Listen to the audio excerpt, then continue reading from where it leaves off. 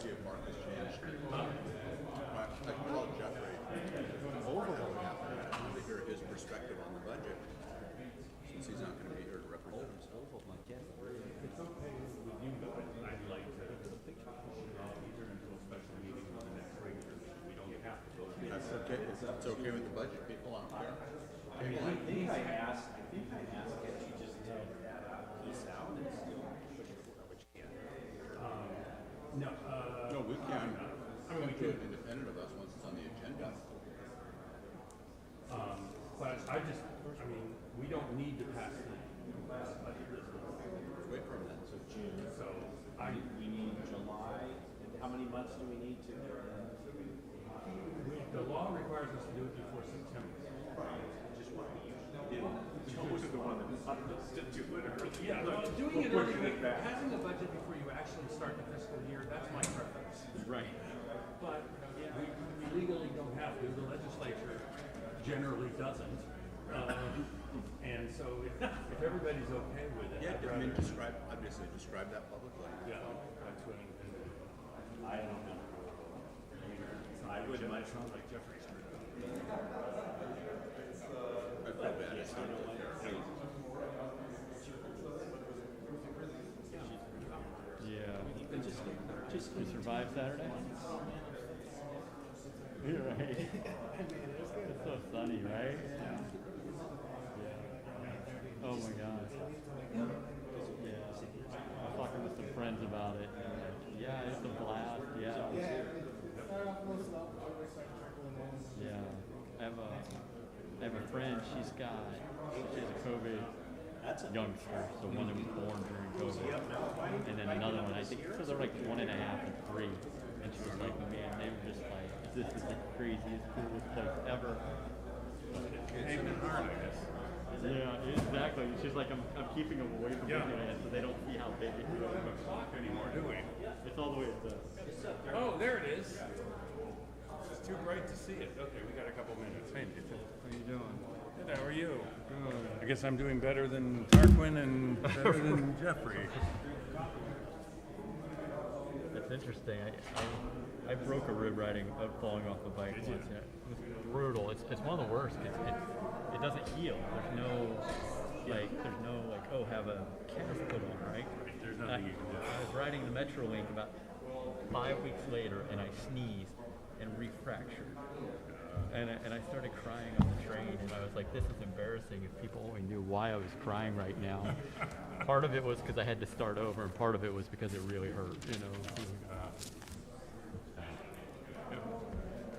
Not broken any ribs before. Don't. Just don't. That's my goal. Yeah, I know it seems minimal. It seems, as a general rule, I try not to break anything. We're going to have another long meeting tonight. We are? Mark, I think this is yours.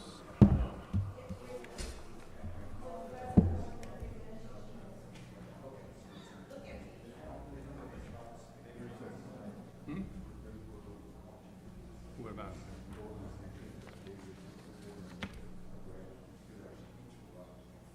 Again? He's as reliable as his servant.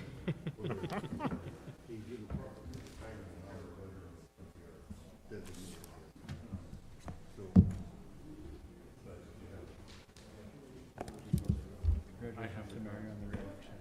Speaking of hiring, where are we?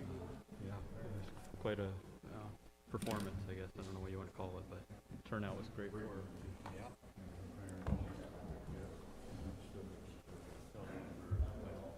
It's not a Bronco. It's a bummer. I'm giving you this tonight, Joe. Keep it as long as possible. Yes. See if they can. I have a Mac laptop. He's grabbing paper, I think.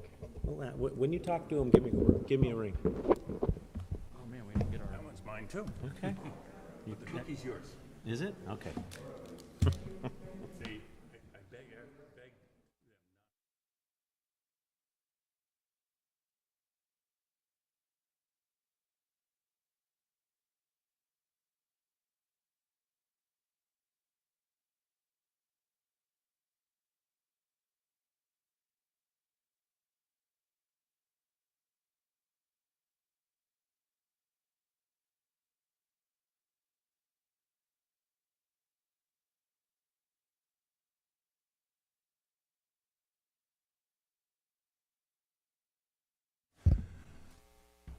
Good evening. We're called to order the meeting of the Rossmoor Community Services District for June 14th, 2022. Mr. Mendoza, can we have the roll call? Sure. Director Barkey, Here? Director DeMarco, Here. Director Ciros, Here. Director Nidickman, Here. and President Rips is absent tonight due to a misfunction that I created in posting an agenda, and so he will not be with us tonight. Okay. Thank you. So we're going to all rise for the Pledge of Allegiance. Director Searles, would you do the honors? Ready? Begin. I pledge allegiance to the flag of the United States of America and to the republic for which it stands, one nation, under God, indivisible, with liberty and justice for all. Flag Day. Oh, it is, isn't it? It's Flag Day. Happy Flag Day. Okay, we'll put those. So our first presentation tonight is Officer Musselman of the California Highway Patrol for our quarterly report.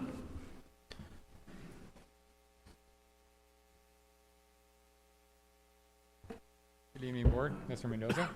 Thank you for having me again, as usual. I will start with the stats for the second quarter up until June 11th.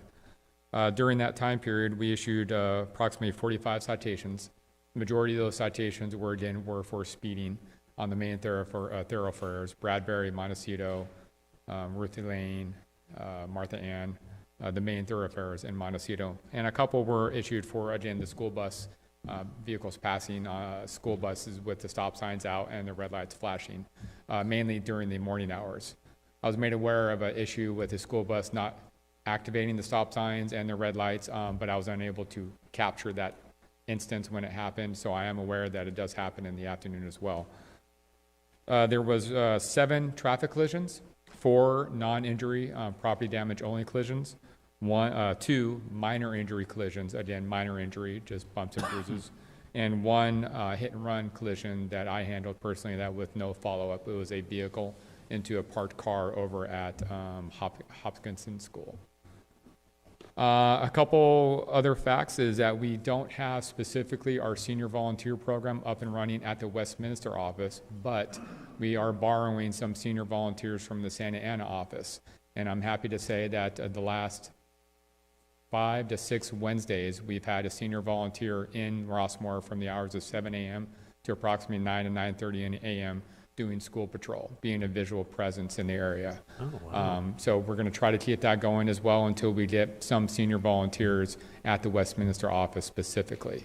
So they have a couple Santa Ana senior volunteers that live here locally that just pop in our office, use our equipment, come here, do the patrol, and then head over to the Santa Ana office. Secondly, we have a grant from the state. It's called Radar Trailer Deployment Enforcement Grant, that myself and another officer from the Westminster office had utilized twice in Rossmoor now. So it's a grant where we take the radar trailer, we deploy it on any main thoroughfare in Rossmoor, and then we write tickets around that radar trailer. Unfortunately, the radar trailer is not calibrated through the state, so we cannot use that as an enforcement tactic, but we deploy that trailer on the opposite side of the street or the same side of the street, and we just write tickets around that, whether it's primary collision factors like speeding, unsafe turning movement or what have you, or seatbelt or cell phone. So it is a visual deterrent as well as it helps us out by slowing people down as well. On the other side of the spectrum, like our captain, which was here last quarter, we are severely short-staffed as well, and I have not been able to be in Rossmoor as much as I would like. They pull me from my specialized position I have in Rossmoor to work the freeways. Unfortunately, that is going to continue through July. We have 6 officers out on injury, and then we have people transferring that we have not been backfilled yet. So I just wanted to let you know that my presence in Rossmoor may be diminished in the near future, but should recoup once school starts again in the fall. That's it? That's it, yes. Any questions? Director Barkey? No, Director thank you. Searles? No, thank you very much. In terms of the senior program, because I was really excited to hear about that at the last meeting, it is being developed at the Westminster office right now? Correct. And that's all of Rossmoor. Have you had many applications from Rossmoor people? None from Rossmoor yet. We've had 2 from Seal Beach. So it may sound kind of funny, but they have to go through a full background check. They have a mini academy that we have to put them through, training or what have you. So it's somewhat of a process. It's obviously not like an officer background check or what have you, but they are around confidential information. They are around our firearms, so we want to make sure we do get the correct people, and they're there for the right reasons. So we currently have 2 that are in backgrounds, and I think one of them is out of backgrounds and in the interview process. So we should have 2 at our office specifically, hopefully soon. Okay. Have we done anything to advertise that or let people? It's been in the local newspaper and it's on our website. Yes, it was in Orange County Register, and Officer Mitch Smith, our PIO, has advertised on Instagram and Facebook, and so we do have a social media presence as well. Okay. I got a question. Yes, sir. Any interactions or while you've been in Rossmoor in the last month about the electronic bikes? Yes, I forgot to mention that. Okay. So I know electronic bikes are an issue and are going to be an ongoing issue. I have made 3 different traffic enforcement stops on e-bikes, usually in the morning, and it's usually the older kids riding to the high school. I know it's been brought to my attention through the rumor mill and through interaction with the residents of Rossmoor. So I made those in traffic enforcement stops on the kids. I did not cite them. I talked to them. Majority, I'm sure as you've seen, have their helmets clipped to their backpacks or clipped to the handlebars. So I have strongly worded messages for them to let them know that, hey, if I see you again, this is going to develop into a citation. I talked to Mr. Mendoza about, I believe he stated that you have a county ordinance for e-bikes or any type of motorized vehicles in the park or the parks. So I need to get with my command to see if I'm allowed to write a county ordinance on our state traffic enforcement documents. There might be somewhat of a gray area there. So I need to double check with them before I can issue one of our tickets with a county ordinance violation. So now that I'm more aware that the e-bikes are in the parks and you do have a county ordinance, I'm going to try my best to see if I could actually put that on one of our citations. And if you find out that, in fact, that can't happen, if you find out any other way of enhancing your ability to cite, please let Mr. Mendoza know. Yes, sir, I will. Yeah. What is the law as it relates to e-bikes and kids riding them? It's the same as regular bicycles. So it's actually like same laws as a motor vehicle. They have to stop at the stop signs. They have to abide by the speeding laws within Rossmoor. They have to wear their helmets. I believe it's 16 and under. So it's basically the same as a regular bicycle. So if I see them or any person riding an e-bike or a bicycle blow a stop sign, go over 25 miles per hour, I can stop them and cite them for just a regular California Vehicle Code violation. They're allowed to ride on the sidewalk? Yes. And so obviously bikes are not the same as motor vehicles because you can't ride a motor vehicle on the sidewalk, so. That is correct, yes, but You can't the basic ride a information. mini bike on the sidewalk, Yes. so everything. Or a motorcycle? Or a motorcycle, or a, yeah. But I think it hasn't been defined. So motorized scooters you can ride on the sidewalk? Like, It hasn't been defined. like Director DeMarco stated, it's a gray area right now. Okay. Because the e-bikes do qualify as a motorized vehicle because it's any electronic, sailing, anything on the land, air, anything like that, that can be propelled under its own power. Right. So that would qualify as a motorized vehicle, but Director Barkey just stated that obviously cars cannot be on the sidewalk. Right. So my point would be is if I see them going through a stop sign, that would be a contact I can make. And I could choose to do a verbal warning or I could choose to cite them. I see them going over 25 miles per hour. That's another stop I can make. And if you see them driving recklessly on the sidewalk. Of course, that's a different, endangering pedestrians. that's a totally different ballgame as well, correct. Okay.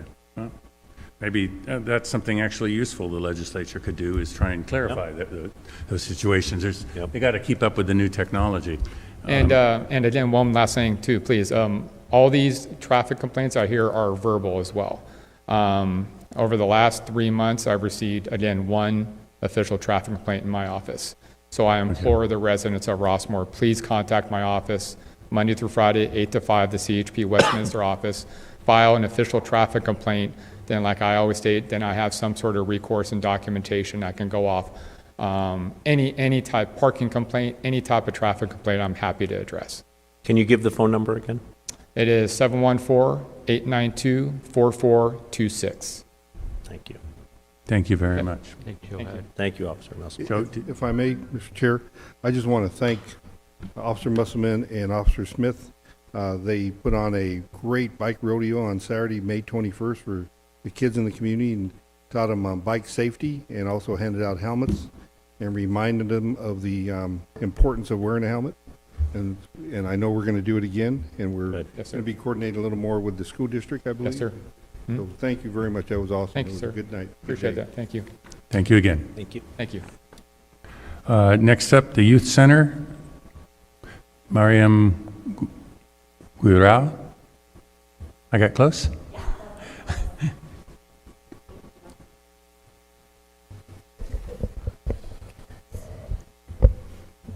First, we wanted to start by thanking you guys so much. A big shout out to Joe Mendoza and Chris Argueta, and of course, the amazing directors for our partnership with the Youth Center and RCSD. We're beyond thankful for that. And tonight, we just wanted to give you guys a brief update on our partnership, some events that we've done, and some awesome things going on in the community. So we'll start with the fact that this year is a huge year for us. Some of you may or may not know that our organization is actually turning 70 years old. Wow. Next slide. Older than us, or- Go ahead. So I'm Shelly Clark. I've recently started at the Youth Center. I'm the Director of Youth Programming, so anything involving activities with the kids goes with me. Miriam with me does Director of Development, so she works on fundraising and kind of overseeing things, as well as helping out at the park when needed. And then Amanda could not be here tonight, but she also works in fundraising and is one of our staff at camp. These are some pictures of different activities we've been able to do thanks to partnering with RCSD Dreen Arbor Day specifically. Next slide. So one of the things that we wanted to emphasize was that at the Youth Center we focus on whole body learning, and we believe that students will learn more when given the opportunity to make their own choices and immerse themselves in a variety of activities. So we encourage things such as arts and crafts, being outside. We have cooking classes.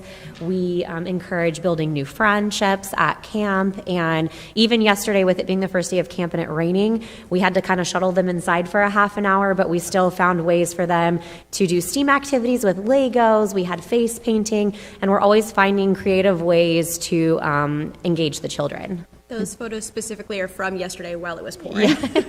Next slide, please. Some of our enrollment information for a frame of reference of why we think it's so important to be a part of this community is over 99% of our students are from the Los Alamitos School District. 70% of them in specifics live in Rossmoor. About 30% of our enrollment across the board in all programs is direct Rossmoor residents, and then another majority of that comes from families in Rossmoor. So we have lots of grandparents and parents that take the kids in for the week, walk them to camp, and then kind of take them home from there. About 85% of our volunteers across the year are from Rossmoor. During summer, that number is even higher. We have a majority of the students that are going to Los Alamitos High School as volunteers, so they're able to kind of give back to their personal community. We've offered some mindfulness through art workshops to kind of cope with reintegrating arts through COVID. 80% of the students enrolled were Rossmoor residents, as well as 30% of our Music Academy students. 90% of our scholarships that we were able to give out this year went to Rossmoor students directly. They also have provided the opportunity to give early access for 24 hours to any event we've registered this entire year.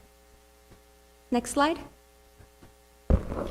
So again, we really just like to praise you guys and thank you. Of course, Joe Mendoza has been our fearless leader in ensuring that we have a strong partnership within the community and making sure that we work together as a team on different collaborations and events that we have coming up and going on. So Camp Shark right now, of course, taking place at Rossmoor Park. We're going to have a family dinner day, which we're really excited about, and even a Halloween kids night out that's going to take place here at Rush Park. And those typically sell out, and again, they're mostly Rossmoor kids, so we're very excited about that. And in the next couple of slides, you'll see some of the events that we've worked on, but in December, we worked together for the annual toy drive. Thank you guys again for that. We collected over 200 gifts for families in need, and it was just really touching to be able to give back to the community that way. Next slide. One of the projects we've been working on recently with Joe and Chris's help is refilling the little libraries throughout the community. The students have a blast. It's their favorite day of the week when they get to go do the walking trips to fill in the libraries and help tidy them up. Oftentimes it's a incentive of you get to go on the walking trip if you finished homework early. So it's a really nice way to be able to kind of encourage good habits and behaviors as well as help out the community. We've been able to refill over 100 books in the little libraries in the last 2 months. Next slide. Arbor Day, which you guys saw, we had students from the youth center that came over here and they made the little bird feeders, which was really exciting. They did a coloring activity, and then we facilitated different games at the park. And 50% of the kids that came on this trip actually live in Rossmoor. Next slide. I just wanted to thank Joe for helping pay for the bus for the trip there. It was a great surprise to the kids and families. We're very excited to be able to do that field trip during spring break. Additionally, on the 21st, we were at Bike Safety Day, participating alongside at your guys' table. We were able to do some coloring pages and helmet decorations with the kids, and then also help provide information on the farmers market that had just started. So we were able to kind of help fill the gap there. Next slide. This I was really excited about for those of you that are home organizers or just excited about clean spaces. We came in and we really did some spring cleaning and tidying up so that the children who come here for our after school program now have a very clean, organized space where they can find activities, board games, arts and crafts, and the books that are not only, as you can see, in rainbow order, but they're also by age category as well. So this is an amazing resource for the children in our community, thanks to our partnership with the Youth Center and RCSD. Next slide. So just again, a big thank you for having us be a part of your guys' team. We really appreciate being able to be here and being able to help serve the community in this way, especially thanks to Joe and Chris, who've really been super dependable and super helpful along this journey. Thank you for everything. Thank you. Director DeMarco? No, thank you for the presentation and all the work you've done in Rossmoor, and it's a great, great program. Glad to be a part of it. Thank you so much. Director Barkey? Thank you. Love your passion, and glad we can support your effort. Yep. Thank you. We appreciate it. Director Searles? Yeah, thank you as well. It's nice to see the kids over here at Rush Park. I know we've always heard about the activity at Rossmoor Park, but it's nice to see them at Rush Park as well. Thank you again. Thank you for coming here tonight. Thank you so much. Bye-bye. Next up, Sweeping Corp of America. They did not show up. Okay, we'll try again next month, I guess. Keep on them, please, Mr. Mendoza. And last but certainly not least, Orange County Fire Authority, Elizabeth Denny.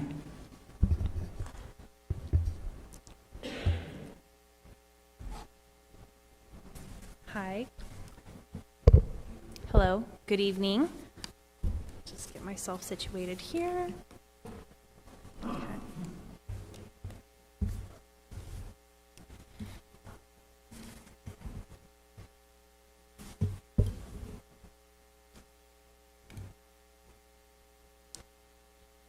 Okay, wonderful.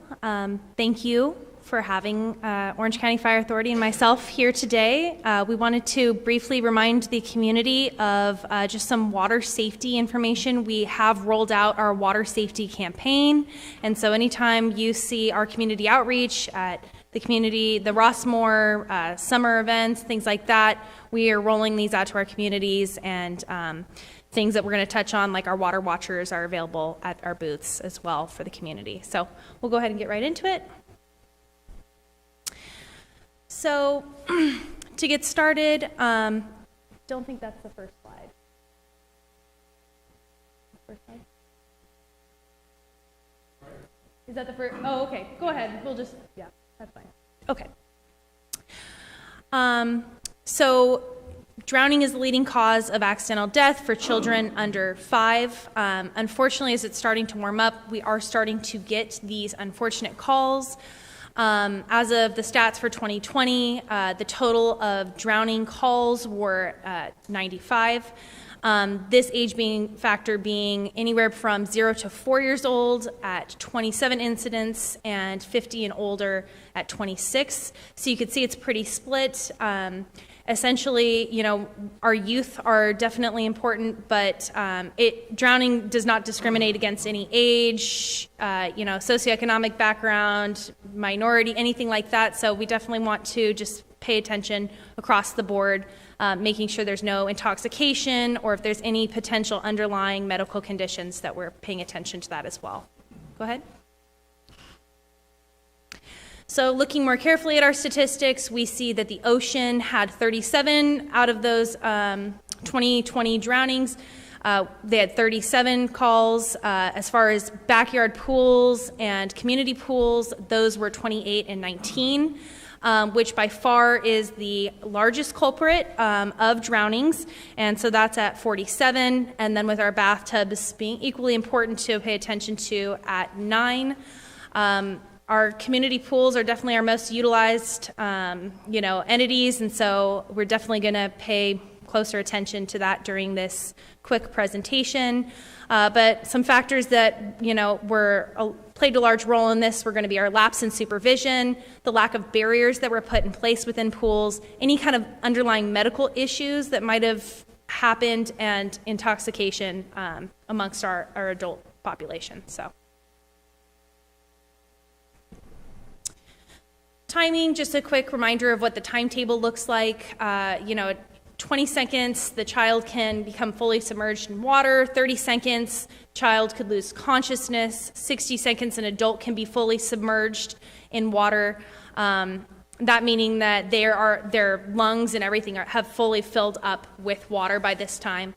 2 minutes, a child can lose consciousness. By 5 minutes, your brain is already suffering severe irreversible damage, and by 10 minutes, brain death can occur. So whenever there's a child that's potentially missing, we always encourage everyone to immediately look for the water first, because every second counts. So just highly important. So these are our 3 main foundations that we at Orange County Fire Authority are constantly preaching to our residents. These 3 can make a huge difference, which is our active supervision with adults, pool barriers, and swimming classes. So adult supervision, super important. Being within eyesight and reach of any children that are within water. At Orange County Fire Authority, we have these designated water watcher tags, which essentially have clarified the responsibility of a sober adult. Again, some kind of the qualifications that would be considered a water watcher would be a sober adult that's able to swim, watching the water at all times, avoiding any kind of social activities, phone calls, reading, books, anything that would take them away from having their eyes on the water. And this would be rotated 15 to 20 minutes. Just to keep everyone vigilant. And so these are always available. I had put a stack out on the table over there. So if you have any pools at home, or you have a relative or a neighbor that has a pool, please grab one. They are a lifesaver. So yes. Next. Barriers. So pool barriers are extremely important. Isolating that pool at home is critical, and using multiple barriers to do so. Nowadays, there are so many different ways and opportunities technology that we can use, safety covers, self-latching gates, gate alarms, door alarms.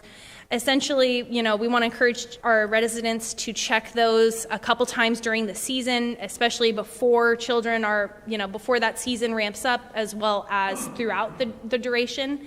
And then new technology, oftentimes pool owners, will have a pool that was put in the 60s, 70s, 90s, and the technology that was installed along with those pools remain the same.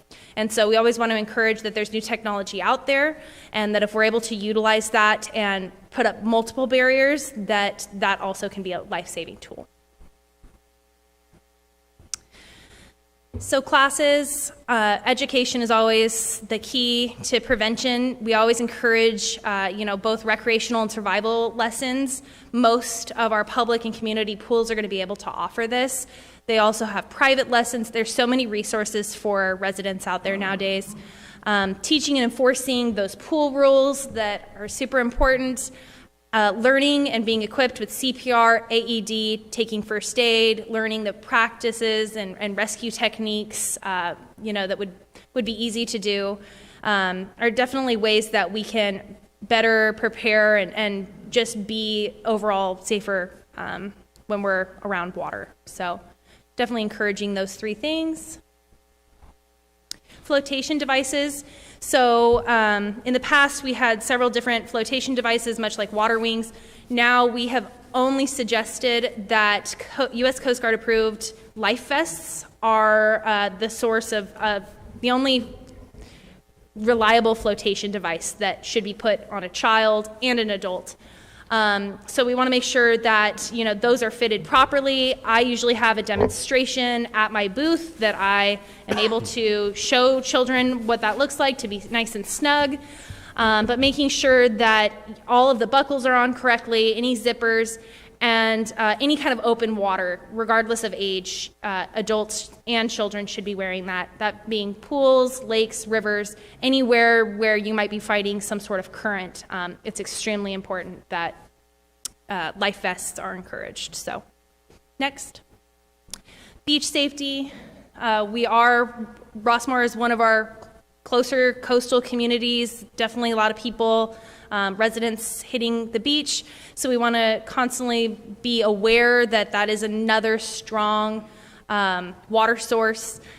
Having conversations about rip currents, what that looks like to properly exit those, obeying the warning signs, flags, keeping small children, inexperienced swimmers within reach, using boogie boards and surfboards properly in their designated areas and using them with their safety leashes, and then always either swimming with a friend and having a lifeguard near hand is critical when it comes to the beach.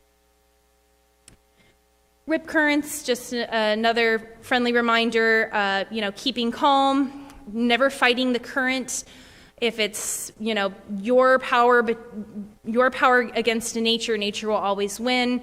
Swimming from either side to get out, if you can't escape, treading water, if you need any help, communicating that as best that you can while you're out there.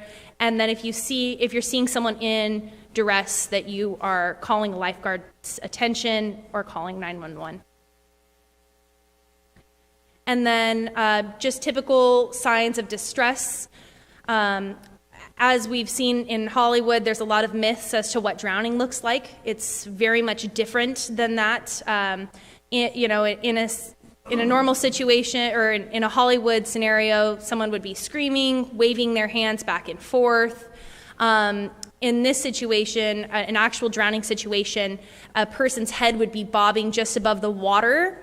Their eyes would show duress, but their arms would be trying to tread float, and their head would be angled backwards. So that's kind of an example of what an actual drowning scenario would look like. It is silent. There is no noise that usually takes place during this, hence why it's such a important thing to understand what those signs look like.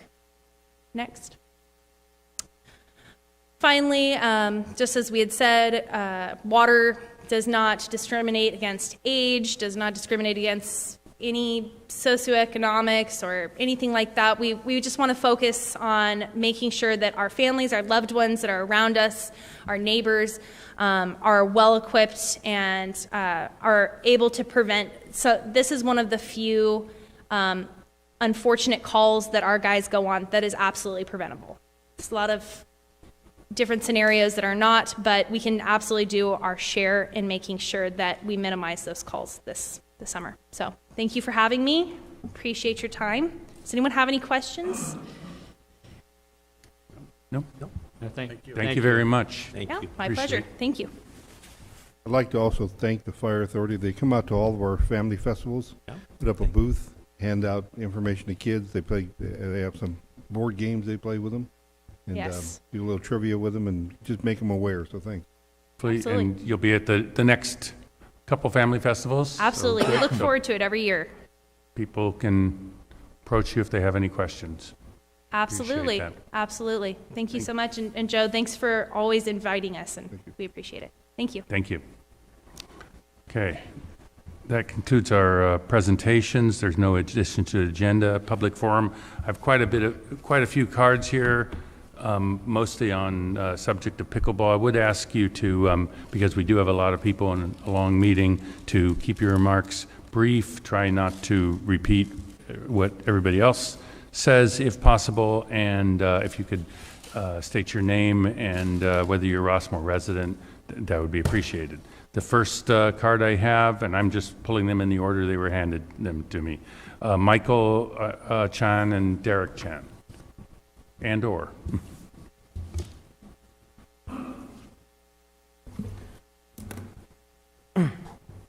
Hi. Thank you so much for the opportunity to speak tonight. I'm Dr. Michael Chan. I'm an interventional cardiologist. I work at St. Joe's and St. Jude's. I'm the director of complex coronary interventions at St. Jude's. I and my family live here in Rossmoor, as well as many of our friends. And we heard about a proposal about trying to convert one of the tennis courts to 4 pickleball courts. I like pickleball. I play it with my friends as well. But we have some concerns.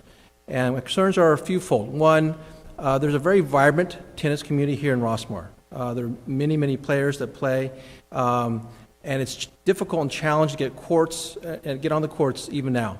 There are 2 pros that teach. They're great pros. They teach our young folks as well as our wide range of different community members.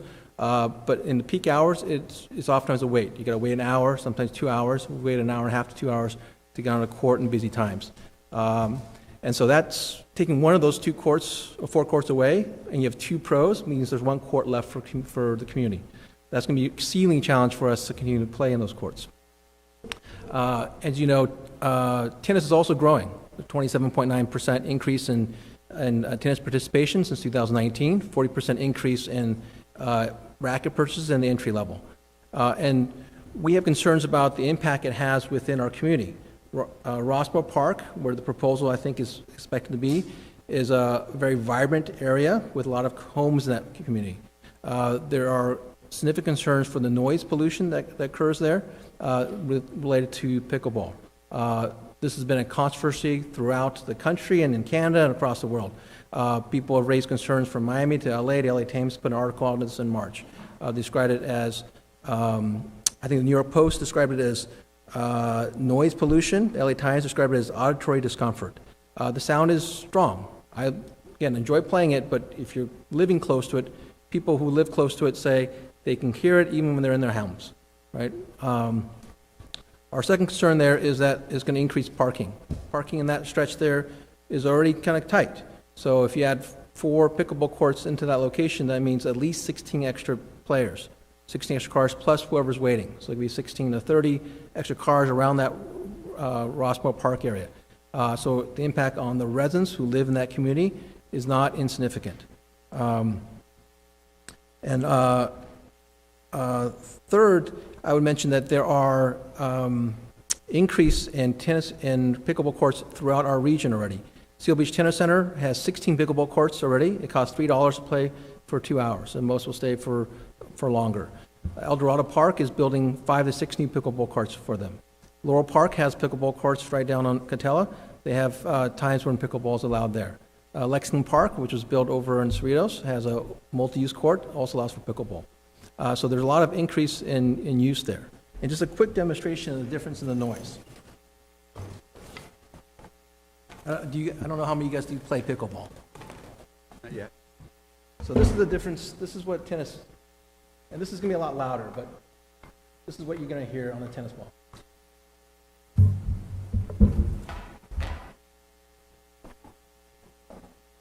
This is what a pickleball sounds like. People compare that to aluminum bat against a ball, and they're hearing it pound, pound, pound, right? Some have described it as close to a freeway noise near them. But the difference is that it's not monotonous. So we have significant concerns about the impact on the community and how it's going to impact both the peace and quiet that many of our community members enjoy, and those who play tennis, the impact it's going to have on them as well. Thank you for your time. Thank you, Dr. Chen. Any questions? No? No.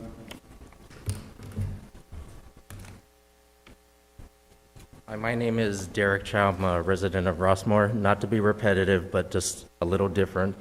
I live about 2 blocks away from the Rossmoor parks, and some of us work at home part-time, or there's other residents that work every day.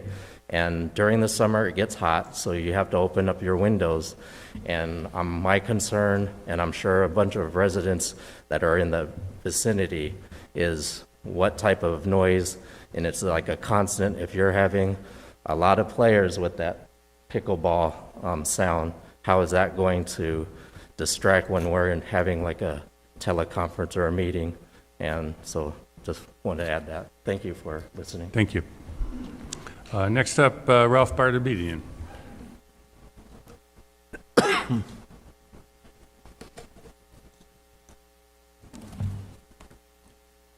Thank you for letting me address this. I'm here representing myself. I'm a longtime resident of Rossmoor. I live on Rossmoor Park. Rossmoor Park is a residential neighborhood park. It's very proximate to homes, surrounded by 35 homes. It's not a regional park. It's not an athletic facility. It's a park where many casual users have used it. It has a long history of organized use as well. And in general, I think for a decade or longer, I think the community around the park has gotten along with the park users quite well. Whether it involves the youth center summer program or the LGSL softball programs, or the casual users, and there's a lot. Pickleball will, I think, disrupt that balance significantly. The bottom line is I would advise you not to follow the current plan to convert one of the tennis courts to four pickleball courts. I'll make some suggestions for an alternative. One of the things I want to mention is that I think the park needs a lot of investments, that you shouldn't be putting money into pickleball. We need a tot lot improvement, something that would bring it up to the level that you have here at Rush Park. We need sun shelters. You have 2 sun shelters here in this park and none in Rossmoor Park. One of my neighbors strongly suggests you should have security cameras in this park. We shouldn't wait until an incident occurs and somebody's injured and there's no way to assist the police in investigating the crime. So I will not repeat what others have said about the noise. I think you got an apt demonstration. I don't want to have to close my windows at home when I'm working at home. But there's another issue that I'm very familiar with in our community, and that's parking. Currently, a lot of times the tennis courts are fully utilized, all by doubles players. So you have 4 courts with 4 players on it, that's 16 vehicles, and you have 16 vehicles parked on Hedwig Road around that curve. If you convert one of the 4 courts, you'll have a net addition of 12 more vehicles. That's a significant increase for a park that does not have a dedicated parking lot. And I know that this board is very concerned about parking in Rossmoor. It has a joint parking committee with the RHA, which I participate on. And it's a little incongruous for you to say, well, we'll just throw another 12 vehicles on this already overused street that serves the park, but we're going to go to great lengths to not have parking that impacts other parts of Rossmoor. I think that sort of discredits what you're doing. And I say that as the longtime traffic committee chairman of RHA. So I would suggest if we, as an alternative to your current plan, and I think there is a support for pickleball, create a dedicated pickleball court. You have $1 million in reserve funds. You can build a pickleball court that is worthy of Rossmoor. You could put it here where you have a parking lot. You could acoustically separate that so that your residents around here don't hear it, or if you put it in our park, our residents don't hear it. You have the money, you can do it correctly. That would be my recommendation. And I also have a parking study that was done by Van Zeist. He's a Boeing market analyst. I want to leave it with Joe Mendoza. It was done in connection with the LAGHL issue that demonstrated this park does not have enough parking as it exists now with the existing facilities. I'll leave it with Joe. Thank you very much. Thank you, Ralph. Next up, Robert Kaplan.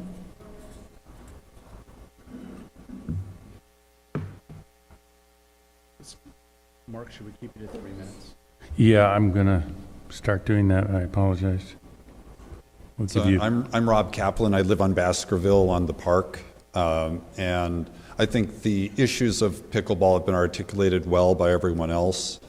And I think a key thing that should be part of the decision making is access to be able to play the game is readily available, as was brought up by someone else in the discussion. And with the problems that would be introduced that have been mentioned, the fact that we don't need to have a court there for people to have access to play this game, I think should be taken into full account as you think about this. Thank you. Thank you. Next up, Susan Kaplan.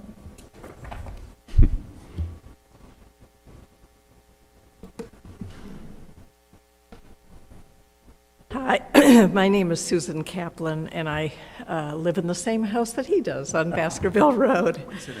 And I did prepare some comments, but I'm going to slash a few of the paragraphs because they've been well articulated by the folks before me.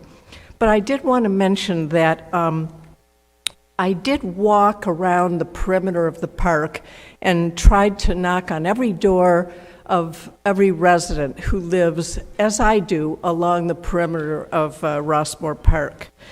And I knocked on 37 doors in total, and 27 people answered their door.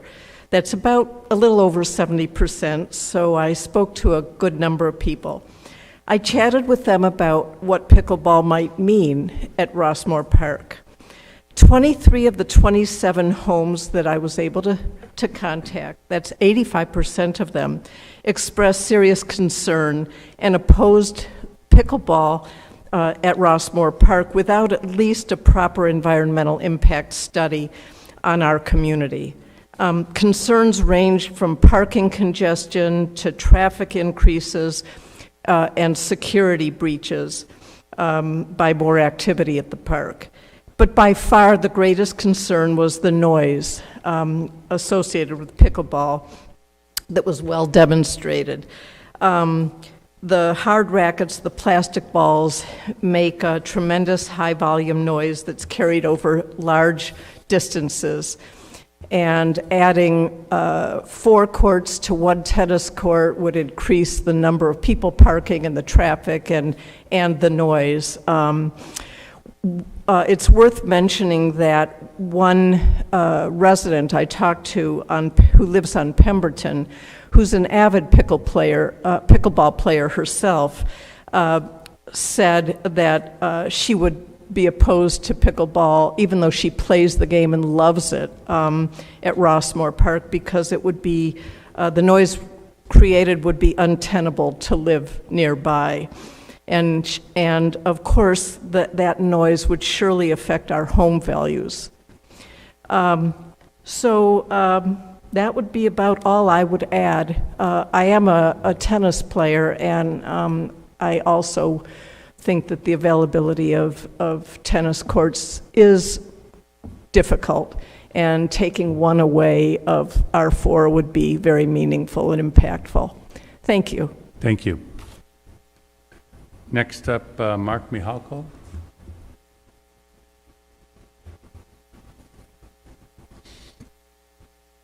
Wow, I didn't really expect to speak, but I don't have any prepared remarks. I'm a tennis player. I have a group of guys that we play with some residents on Thursday nights over at Rossmoor Park. We've been doing it for years. We love it, but I also play pickleball. As a matter of fact, I played last night. And the only thing I wanted to add is one of my best friends, who's also a tennis ball and pickleball player. He's a part of the National Pickleball Association. I can't remember the name of it. But he said there's 3 things that you need to have pickleball courts succeed. And that is a sound buffer, sufficient parking, and adequate restrooms. Okay? So, and that's from their pickleball association saying this is what you need to have successful pickleball. So I just want to leave that with you. All the other remarks I agree with. Thanks. Thank you very much. Next up, Robert Hill.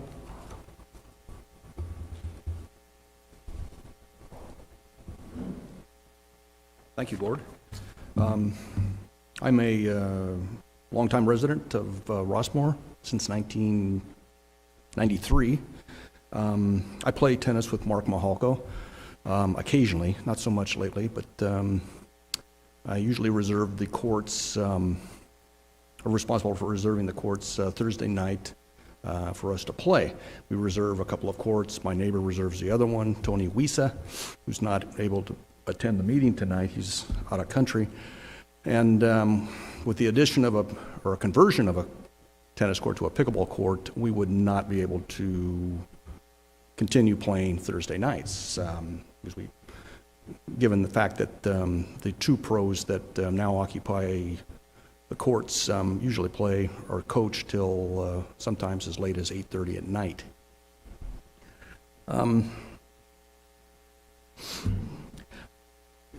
There are so many, let's call them premium time hours in a given day when people want to play on those tennis courts. It's not during the hottest times of the day. And the same is true of pickleball, because I play pickleball too occasionally over at Seal Beach. Nobody is there in the afternoons when it's so hot. The 2 pros are occupying 2 courts during these quote unquote premium time hours. That leaves us with 2 courts, and frankly, there's a lot of demand for those courts as it is. You eliminate 1 court, okay, you've allowed these pickleball players to come on, but now these Rossmoor tennis players are going to have to go somewhere else. I will say there's been a lot of good points already made. The pickleball, of course, over at Seal Beach is $3. You can play an hour. Oftentimes you can just continue playing for an hour, hour and a half. They have adequate parking over there. It's a very nice facility. I've never had any problems making reservations over there. If I remember correctly, when we built Rush Park, there was an architectural rendering produced that showed 2, maybe 3 tennis courts. These courts, of course, were never built. Perhaps we should revisit that, putting these courts in. They were, I guess it would be the northeast corner of the site. We're going to get those courts. They were never built. So, thank you very much. Thank you. Next up, John Rafuse.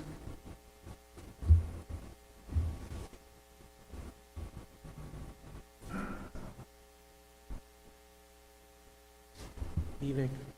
Thanks for having me. My name is John Rafuse. I'm a resident here of Rossmoor with my wife and 2 kids. My wife and I work in Seal Beach at Autism Partnership, and we've been fortunate to live here now for about 8 years and feel very lucky to be here. I'm relatively new to the tennis community, and I'm one of the people that utilizes one of the pros who give lessons during all hours of the day whenever they can fill the courts. They're typically filled with people taking lessons like me.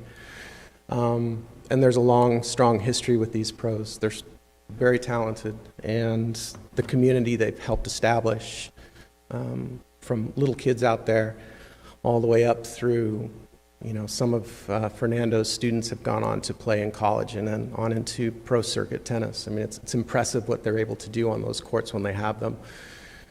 And I think that what we need to be thinking about is that's a vibrant community, and it's part of the whole community.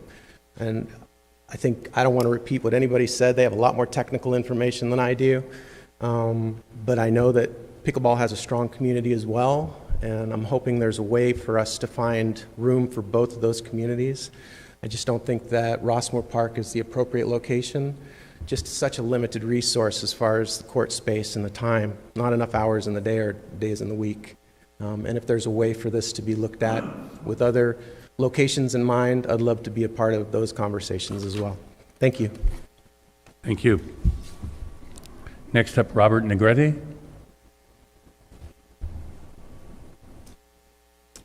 Hi, good evening. My name is Robert Negretti. I'm not a Rossmoor resident.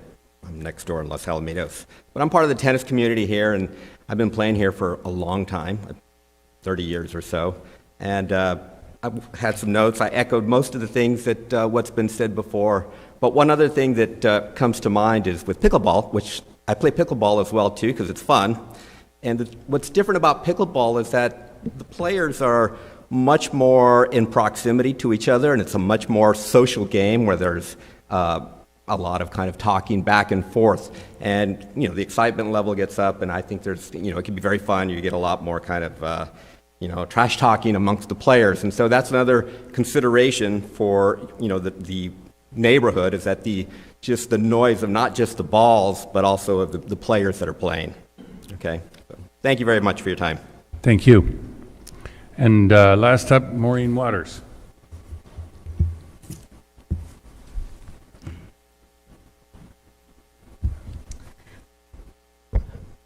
Maureen Waters. I've been a Rossmoor resident since 1998. I have 4 things, and I'll be quick. Street sweeping, I don't know, is that the gentleman that keeps not showing up? Okay. Maybe because his sweepers are running stop signs and they're speeding through the neighborhood. Witnessed it myself. 2, the e-bike thing, it's lack of respect for the property and the residents. I've seen him going through the parks, tearing up landscape, and it's not the adults, it's the pack of, I've seen mainly boys, and I'm not saying that there's not girls out there, but it's these packs that just, they travel, they don't stay in their lane, and it's out of control. And I'm afraid with summer coming up, what's gonna happen? Number 3, love the farmer's market. Although it's small, it's convenient, we can ride our bikes to it, and we can walk to it.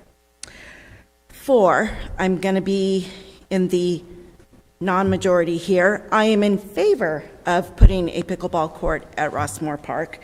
I've gone to the courts in Seal Beach. The tennis center is not as bad, but the ones down in Main Street, they're like, oh, we haven't seen you around here. Are you local? Yes, I'm local. Where do you live? Rossmoor. That's not local. So that's the attitude of people in Seal Beach. I think that maybe if Rossmoor Park isn't the place for it, that there should be a place in Rossmoor for pickleball somewhere. And then if these pros have been there for so long, I hope we're making a lot of money off of them. Because if they're taking up 2 courts in prime time, I mean, I get it. My sisters both played tennis growing up, and it is a great sport for kids.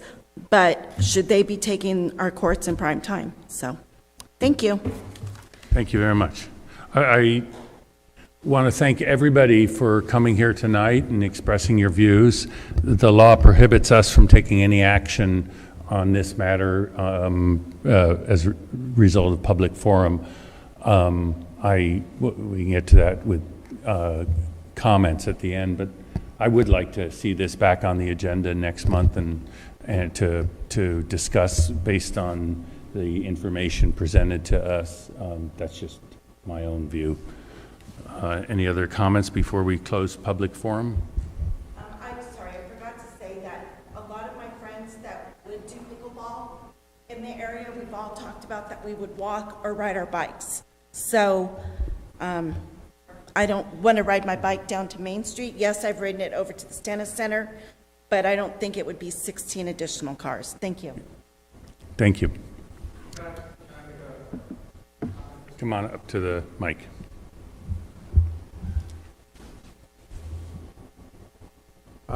Yeah, my name is Jimmy Tan. I am a Rossmoor resident for the past 8 years. I live right across the street from the tennis court. And, as we do a lot of work at home, I'm a radiologist for Kaiser, and the last 2 years, been doing more and more work at home. So typically out of the 5-day work week, I work 3 to 4 days at home. And just before I came here, I was actually covering the imaging department for the ER. So my office is actually right in front. We recently rebuilt our house, and I, on purpose, put my office in front because I like the view to look at the park and the courts and stuff like that. But with the noise issues from the pickleball, it's a big concern because I can't open my window and dictate exams without hearing a lot of noises. There are times where players would be playing pickleball, even though it's a tennis court, they would play pickleball, and you can hear the substantial noise with just one court. Imagine that, multiplying that by 4, it's going to be a big problem. Especially, when I open my window and my little puppy hear the noise, she would bark constantly. So I just want to emphasize that the noise pollution is a big concern. The parking is a huge concern. When the courts are filled up, the parking along Hedwig Road is very, very crowded. Okay, thank you. Thank you very much. Anybody else?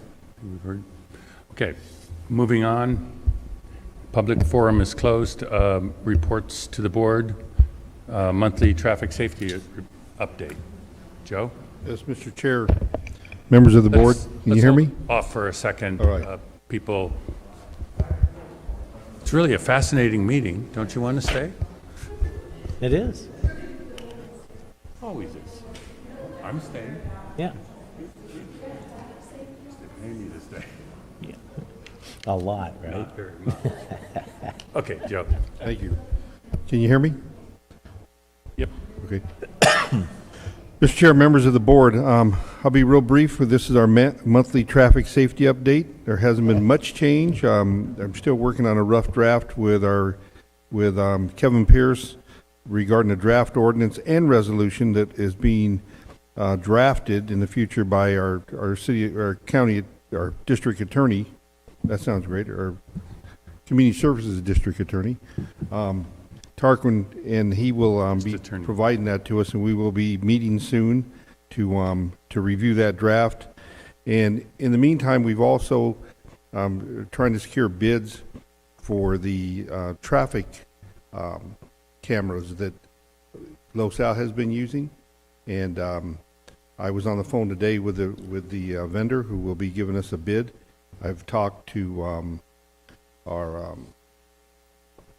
Sheriff Knutson, Captain Knutson, who will be giving me a list of what lights he thinks they should be on in Rossmoor and where they should be positioned. And of course, you've heard recently that there was a couple of situations here in Rossmoor that were captured by Los Alamitos cameras that the sheriffs were able to use, and they're in the process of trying to apprehend or convict those people that were involved in that. I don't know where that is right now, but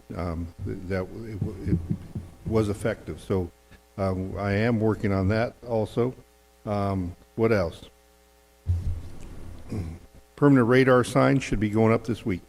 The ones on St. Cloud and Montecito, they might have been up today. I didn't drive by there, but I know they'll be in the process of installing. I want to say again thank you to CHP Officer Musselman and Smith for doing the bike safety program on May 21st, and we'll be setting another date in the next 6 months to do it again with the school district. And they're very excited about that because they're having those issues too of kids going back and forth to school and bike safety. That concludes my report, and I'll be happy to answer any questions. Any question? Joe, just to clarify, the cameras you just mentioned are, those are different than the devices we spoke of several months ago with City of Cerritos. These cameras are plate readers, Plate right? readers. Okay. Plate readers. That cities and municipalities are putting up all over, I'm sure all over the state.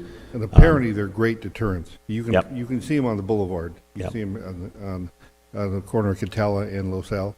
Yep. And apparently it's pretty well known amongst burglars that Yeah. those And are it could pretty effective. certainly help us in theft of catalytic converters and stuff like Right, that, because we exactly. put them at entrances as exits. I think And we, I don't know what the cost is yet. I won't do that, but I think we're going to get more bang for our buck.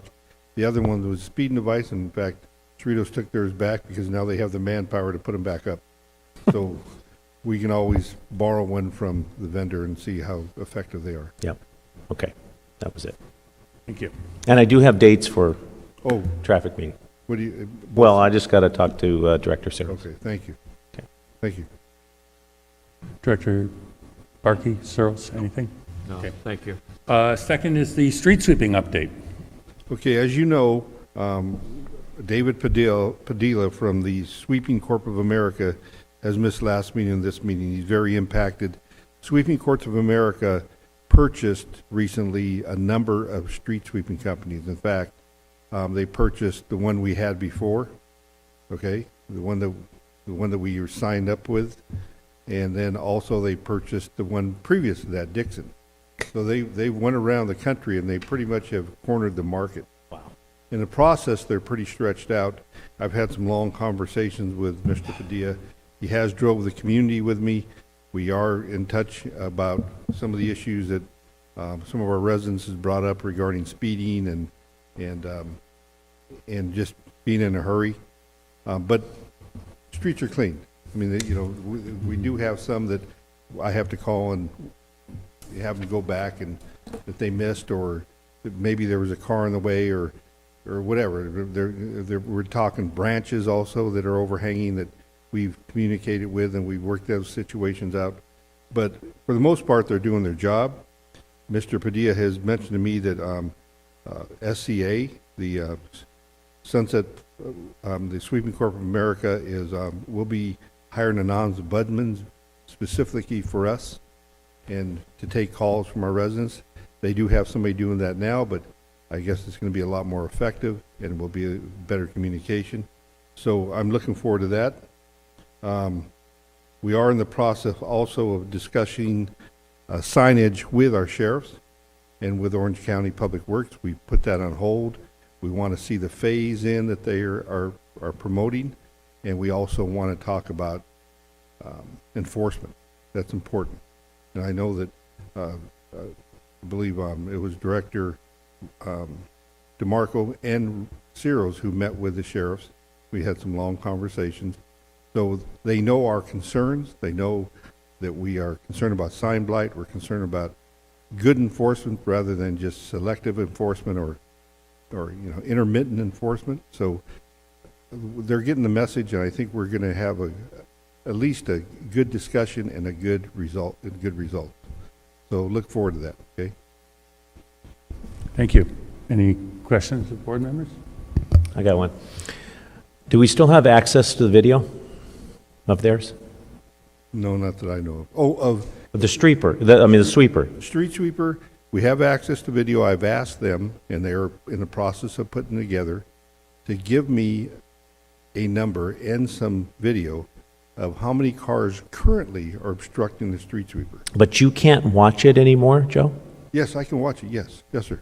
Yes. Okay, so I know that's a tedious job to watch the sweeper, but to complaints from residents that we're hearing, perhaps, I'm just going to throw this idea out, perhaps you get a volunteer to watch it to kind of monitor if the sweeper is speeding, running stop signs and stuff like that. I wouldn't want you to sit there and watch it 4 or 5 hours, but perhaps an employee or a volunteer could. Okay. Somebody like, I don't know, Marine Waters? Yeah, someone like, someone who stood up here and complained about it, maybe she'd want to sit down with a cup of coffee or several cups and watch the video. Sorry, Maureen. But, I mean, if you still have access to it, Yes, we have access, sure. And I'm asking them to take it a step farther and to give me some data. Okay. Short of sitting there watching it, I want to know how many cars actually are obstructing the street sweeper that they have to go around. There's a lot of issues there. Sure. One is, the street sweeper isn't having a good time going around those cars because they got to slow down, go around them. They might hit a rear view mirror. There's a lot of issues there that they don't want to deal with. Yep. So we're trying to work on that also, yeah. Yeah. Okay, so that was my... Okay, thank you. Yeah, I'll... Thank you. Anybody else? And the sheriff are citing in the yes areas. Okay. Yeah, Thanks. I saw a ticket on somebody's windshield. No, great. On Montecito, which is one of the few areas. Yeah. Huh? Okay. Moving on to consent calendar. I want to remove E3, first of all, because it doesn't have the votes. But I also learned something very interesting today from our attorney when I was getting the news about President Rips not being able to attend tonight. And that was, and never heard this before, that apparently there's an exception to the law that allows us to have an emergency meeting remotely in order to discuss whether we need to hold meetings by Zoom in the future. In other words, the worst case scenario that we were worried about, or that I had expressly stated I was worried about, which is that we would not be able to meet in person and we would not be able to hold a meeting in order to meet by Zoom, is not actually, the legislature actually thought of that and created an emergency exception that says we can meet by Zoom to discuss whether we're going to have our next meeting by Zoom. So given that, and given where COVID is now, I don't see any reason to continue this emergency resolution and have it on the agenda every month and being its own little divisive self. So I suggest we remove it from the consent calendar. I'd like to remove it from the consent calendar and in the future, and then table it permanently. Anybody else want to remove anything from the consent calendar? No. Okay, then we're going to, do I hear a motion to approve the consent calendar items E1 and E2? So moved. Second. All in favor say aye. Aye. Aye. Any opposed? E3, as I said, I'd move to table. Does that, our lawyer is on Zoom, I assume. I don't know if I need to do it. You can move to table it, and I'll second it. Okay. And there's no discussion on tabled items, so we just vote on it. All in favor say aye. Aye. Aye. Opposed? Okay, moving on. F1 public hearing, proposed final budget for Rossmoor Community Services District. And here, again, as you all know, but maybe the audience doesn't, due to a clerical oversight, President Rips will not be able to participate in the meeting by Zoom because it was not posted properly, and it would be a violation of the Brown Act to have him appearing remotely. And because he is one of the two budget committee members along with myself and has been active in the process, and because we don't need to decide at this moment without objection, I'd like to continue this item until next month. I'd second that. Okay, discussion? Discussion. I don't mind doing this, but since we have Mr. Poon here, and we haven't had him in person, I would ask, I don't mind pushing it. Okay. But You if wanna have- if Mr. Poon, again, he hasn't been at a meeting in a while, if he has any information to share with us on the budget, since we can hear him now really well, I would ask that if he doesn't, or if we don't have any questions for him, let's move it to next month. But, and I would vote yes on your motion, but since I don't want to waste Mr. Poon's time since he's come to our meeting. It's a pleasure to be back and Welcome. Just closer. okay. It's a pleasure to be back, and it's been a long time, and I've been on Zoom and watching going through Zoom and watching the meeting the last couple of times, especially last time. It's a very important meeting, learning about understanding the directions from the board. The biggest issue, what we are dealing with, is the CPI issue. As you fully aware, we just have our CPI for May, which is 0.1% more than what we had in May. It's going up to 8.6%. And also the producer price index is now above 10%. We are projecting that. Yeah. Yeah. So based on what we discussed last time, we at the budget committee, we also talk about the different scenario, looking at our revenue side, looking at the 4% versus 7% of what we strike out the cost of living. We call it adjustment to the current salary plan, and then came out with the existing budget. We do actually take a closer look at the other costs, including the general cost. We compare most of the costs compared to the last 3 years, basically going from 2018-19 fiscal year, 2019-20, even 2021 we're up to April, and coming up with the 2022-2023 budget.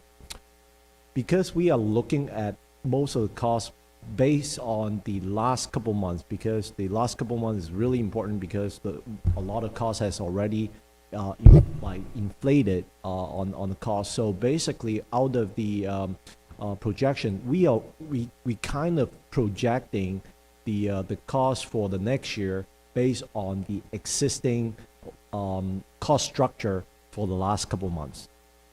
So therefore, the inflation is somehow factoring into the budget. The main thing that we are dealing with on the revenue side, we had a pretty good track record in getting our property tax of about 5% increase every year. So for the fiscal year 2022 to 2023, we actually projected property tax related, including the actual property tax and the street light assessment, both of them are at 5%. We based on a really still a strong real estate market. We anticipate the 5% we will be able to meet.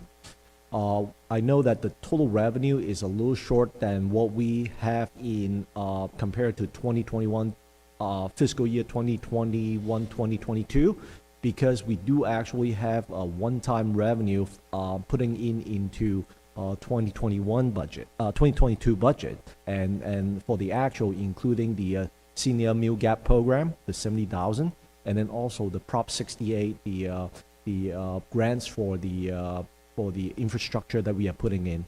So though, and also some FEMA program for the COVID-19. So by taking these out, but we are still projecting a really strong revenue of close to almost $2 million, $1.9 million for the fiscal year 2023. Between the 7% and the 4% of salary plan, the only cost center that will have a variable is the administrative department, which is our Department 10. So However, the difference is only like $9,000 based on the bottom line. We already gone through and look at the each of the department, each of the expenditure line item very, very closely, and given out our best estimate for fiscal year 2022 to 2023. So the bottom line is the budget would be balanced either way. The difference is about $8,000 to $9,000. Correct. Okay. Other questions of Mr. Poon? And are you going to be available to come here next month? Yes. Okay. Depends on when next time is. Well, I guess that depends on whether we just push it off to the regular calendar or have a special meeting. Yeah, fair enough. I mean, it's an additional expense to have it. I mean, unless there's a reason to pass the budget sooner than whatever our meeting is in July.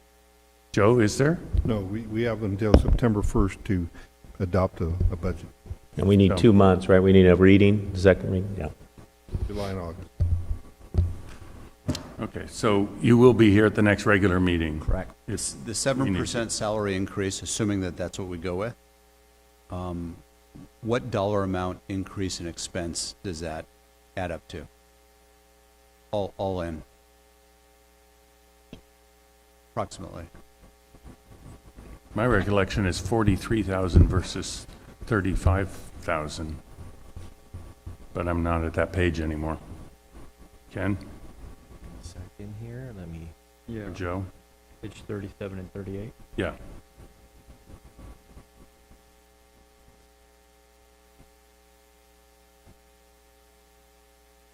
So I remembered correctly?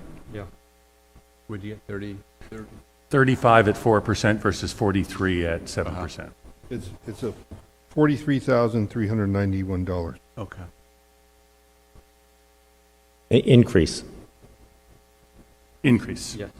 So what you're saying, the increased salary is well offset by the expected increased revenue coming into our CSD, 5% increase in property tax on our street light and so forth. And even when you add in your projected inflationary numbers of our expenses independent of the 7% increase, we still can cover that cost. Correct. Let me back up. So it's in the budget here, but at 4% it's 35,492. At 7% it's 43,391. So a difference of approximately $9,000. Right. No, I understand that. Yeah. So, another thought is why don't we, this page 50 here is it's good information because it kind of shows, I would love to know what Emerald Bay Community Service District's doing. It says it's determined by that. It doesn't show an increase, but looking at all of this, the highest increase is 5% at City of Rancho Santa Margarita for COLA.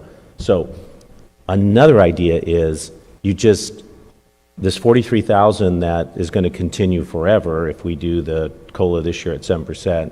Why don't we just give a bonus then this year? Because we don't know what COLA is going to be the following year. We don't know if we're going to get the 5% increase the following year. Yeah. And we don't know what the economy is going to be like the following year or the following year. So you could even do the equivalent of a 7% increase 7% bonus, but do it as a bonus. You Yeah. could even do 8% and give it as a bonus. Yeah. That way you're not locked into the salary schedule. And what you don't ever want to do, and short of a disaster, is have to back down somebody's salary the year following. Yeah, and it's not a bad idea actually. I take it your suggestion was that next month when we continue this, that Joe come back with looking at the costs and benefits of doing it that way? I mean, here's the thing.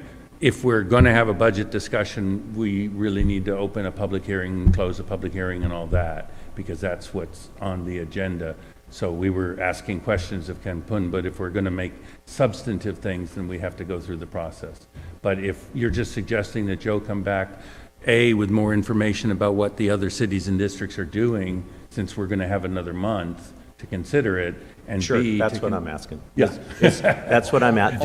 Page 50 is a great piece of information we didn't have last month. If there is any updated information, any additional information to, make our decision easier to decide, right? I would, ask for that. But the page 50 is great. If we could update some of these, I mean, they're going to have to make a decision sooner or later, just like we have to make a decision. It's not an either or. We can have a budget discussion tonight. We don't have to make a decision. Since it's on the agenda, I very much doubt there's people on Zoom that were looking at the agenda and were excited to hop on to have this discussion, but it could be. Yeah. And so it's not an either or. Since Mr. Poon is here and we've got some good questions, there's nothing wrong with having a discussion. In that case, let me open the public hearing. Are there people on Zoom? Are there people on Zoom other than, anybody on Zoom? There's several people on Zoom. Several people on Zoom, okay. Apart from our attorney, who's probably... I see three other people on Zoom. Okay, so I'm going to open the public hearing. Let me get back to that page. What page is that? I'm at 30.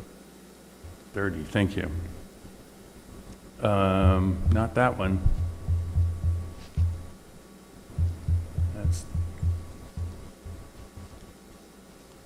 Here it is, page 30. Okay, so I'm going to open a public hearing. First of all, is there anybody in the audience here, either of you, who want to address the board on the budget? No? Is there anybody on Zoom who wants to address the budget? This is Dave Vandervoort. Can you hear me? Yeah, I heard Dave. Can you hear me, Dave Vandervoort? Yes. I would vote for a one-time bonus payment, so you're not locked into a year-over-year growth. Okay, thank you. Is that it?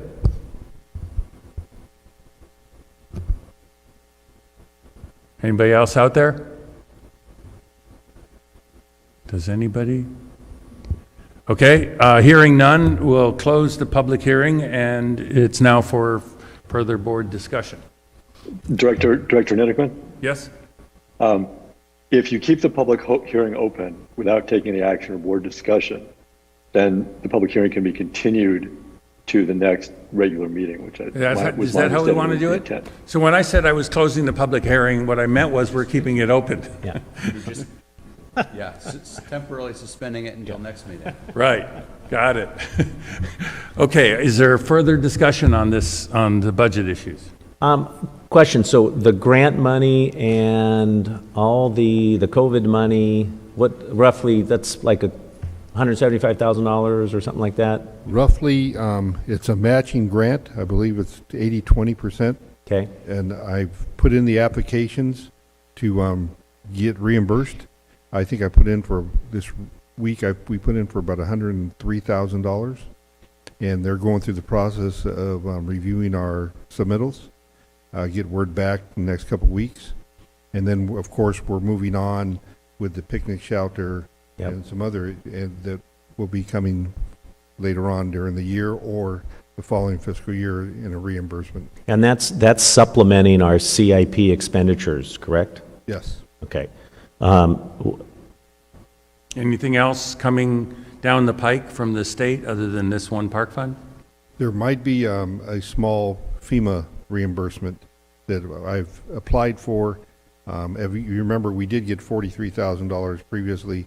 This is probably about $19,000, and I don't know if we'll get all that, but we'll get a portion of it. Yeah.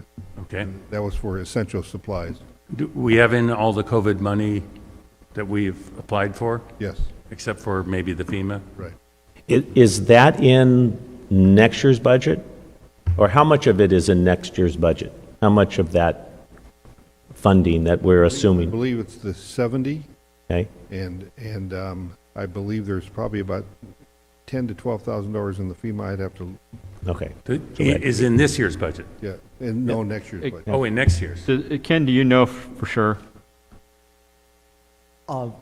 regarding the budget, the FEMA was in this year budget, but however, the accounting rules is, if we actually receive before August 31st, the revenue will go into fiscal year 2022. But if it is after August 31st, the dollar amount, whatever that we receive after that will be recognized as revenue in next year. And I don't see that happening before August. Getting the money before. Yeah, even the budget is actually in this fiscal year. Okay, the 70,000 funds, that's next year? That'll probably be the next year or the following year, yes. Next year or the following year, okay. We have until May of 2024 to submit for reimbursement. Okay.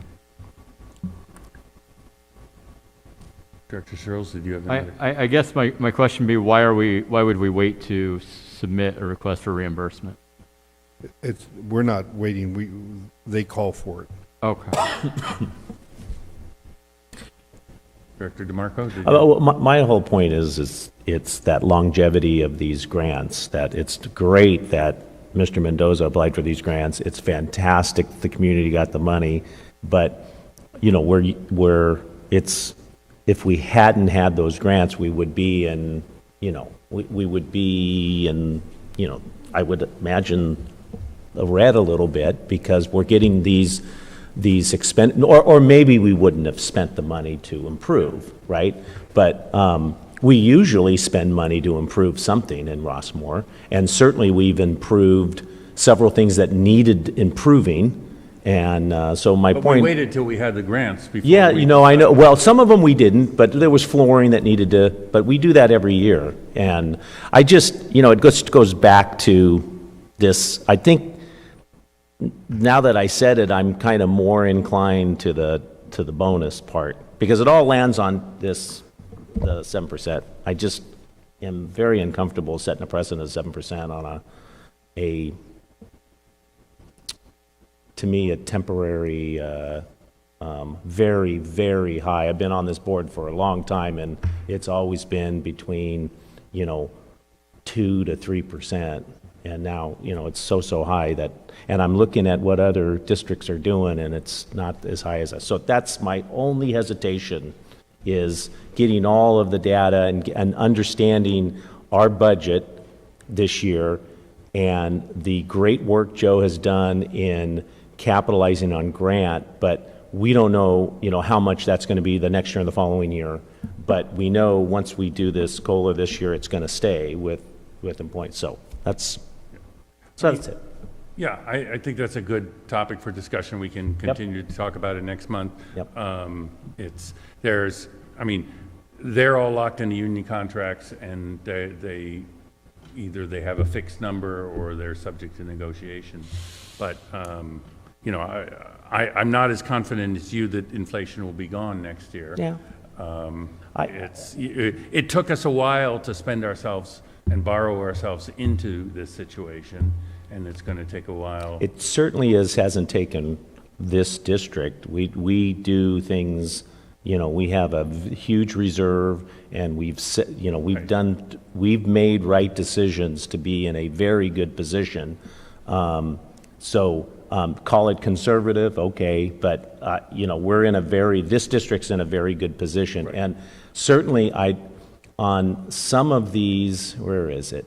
You know, up to X number % based on performance and stuff like that. And I know I've told this to Joe in the past. It's, you know, it's Joe's employees, and if he feels an employee is underpaid, he should be coming to the board and saying that, you know, we need to increase this because I feel he or she is worth more. And you're looking at total compensation packages, and as I've said, I'm not, I don't favor a COLA increase because I'm a good guy. I favor a COLA increase because it's the market. You know, people are finding it very hard to hire. Joe's been trying to replace vacant positions for a while, and you've got to pay well to keep people. So you don't have to hire new people and train them all over again. And my opinion, I don't have to tell you that. You run a business. I know, and I would say then increase the salary then. Can I ask you about a particular line, both, your experience with us and then your experience outside the district, and that being the utilities for Rush Park.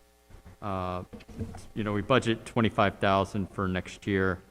That utilities line is, I see water is broken out separately, but does that utilities include the water that's used, in the buildings here? And then does it include internet, or is it just electricity? What is utilities in that particular category? Actually, what page you're on, sir? 44. It's 10-50-5022. So Department 50, Rush Park. Yeah, that line item is for the electricity. Electricity, okay. And I guess, I'd like to, just say that we should be thinking about, what the options are for solar, and whether we're just spending money. If we're going to look at capital improvements in our long term, that, more than $2,000 a month in electricity bills that we know we're going to use. This is a facility that uses electricity. This is not a situation where we say, oh, we're going to cut back. Our goal is to have these lights on all the time so that, our community is using the buildings, not that we turn them dark and close them and try to keep them cool without anyone in them.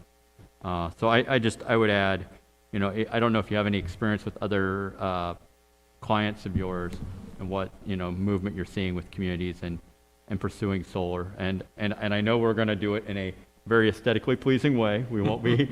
Of course we are. We won't put it out in the middle of the field, facing in different angles to, mess up the entire situation. I haven't experienced any agencies going into solar yet. I've been dealing with about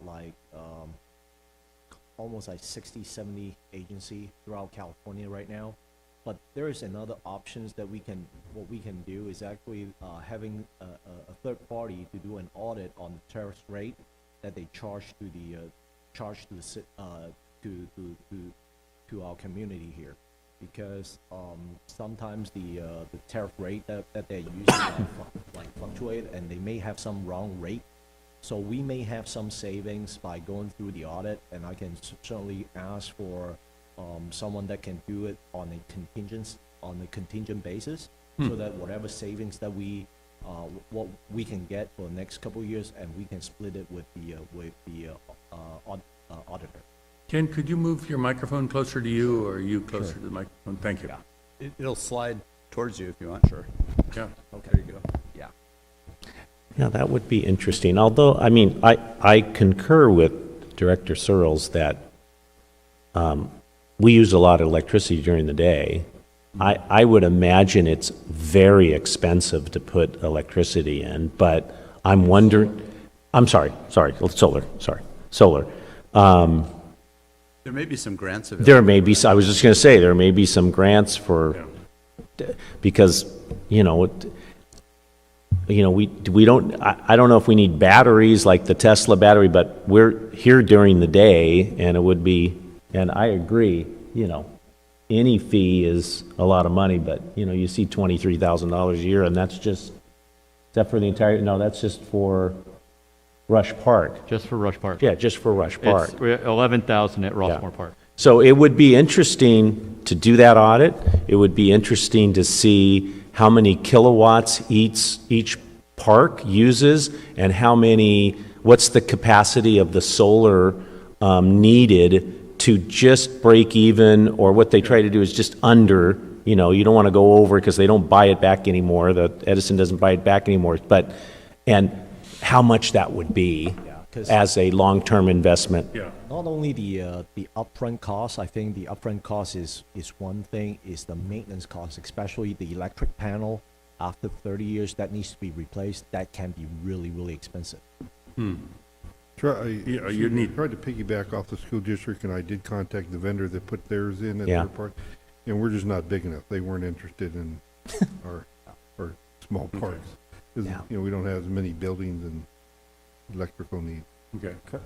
Currently, I'm on the HOA at my current home, and we just finished up our reserve study, and the biggest item on the reserve Panel. is actually the electric panel to replace like the solar panel electric.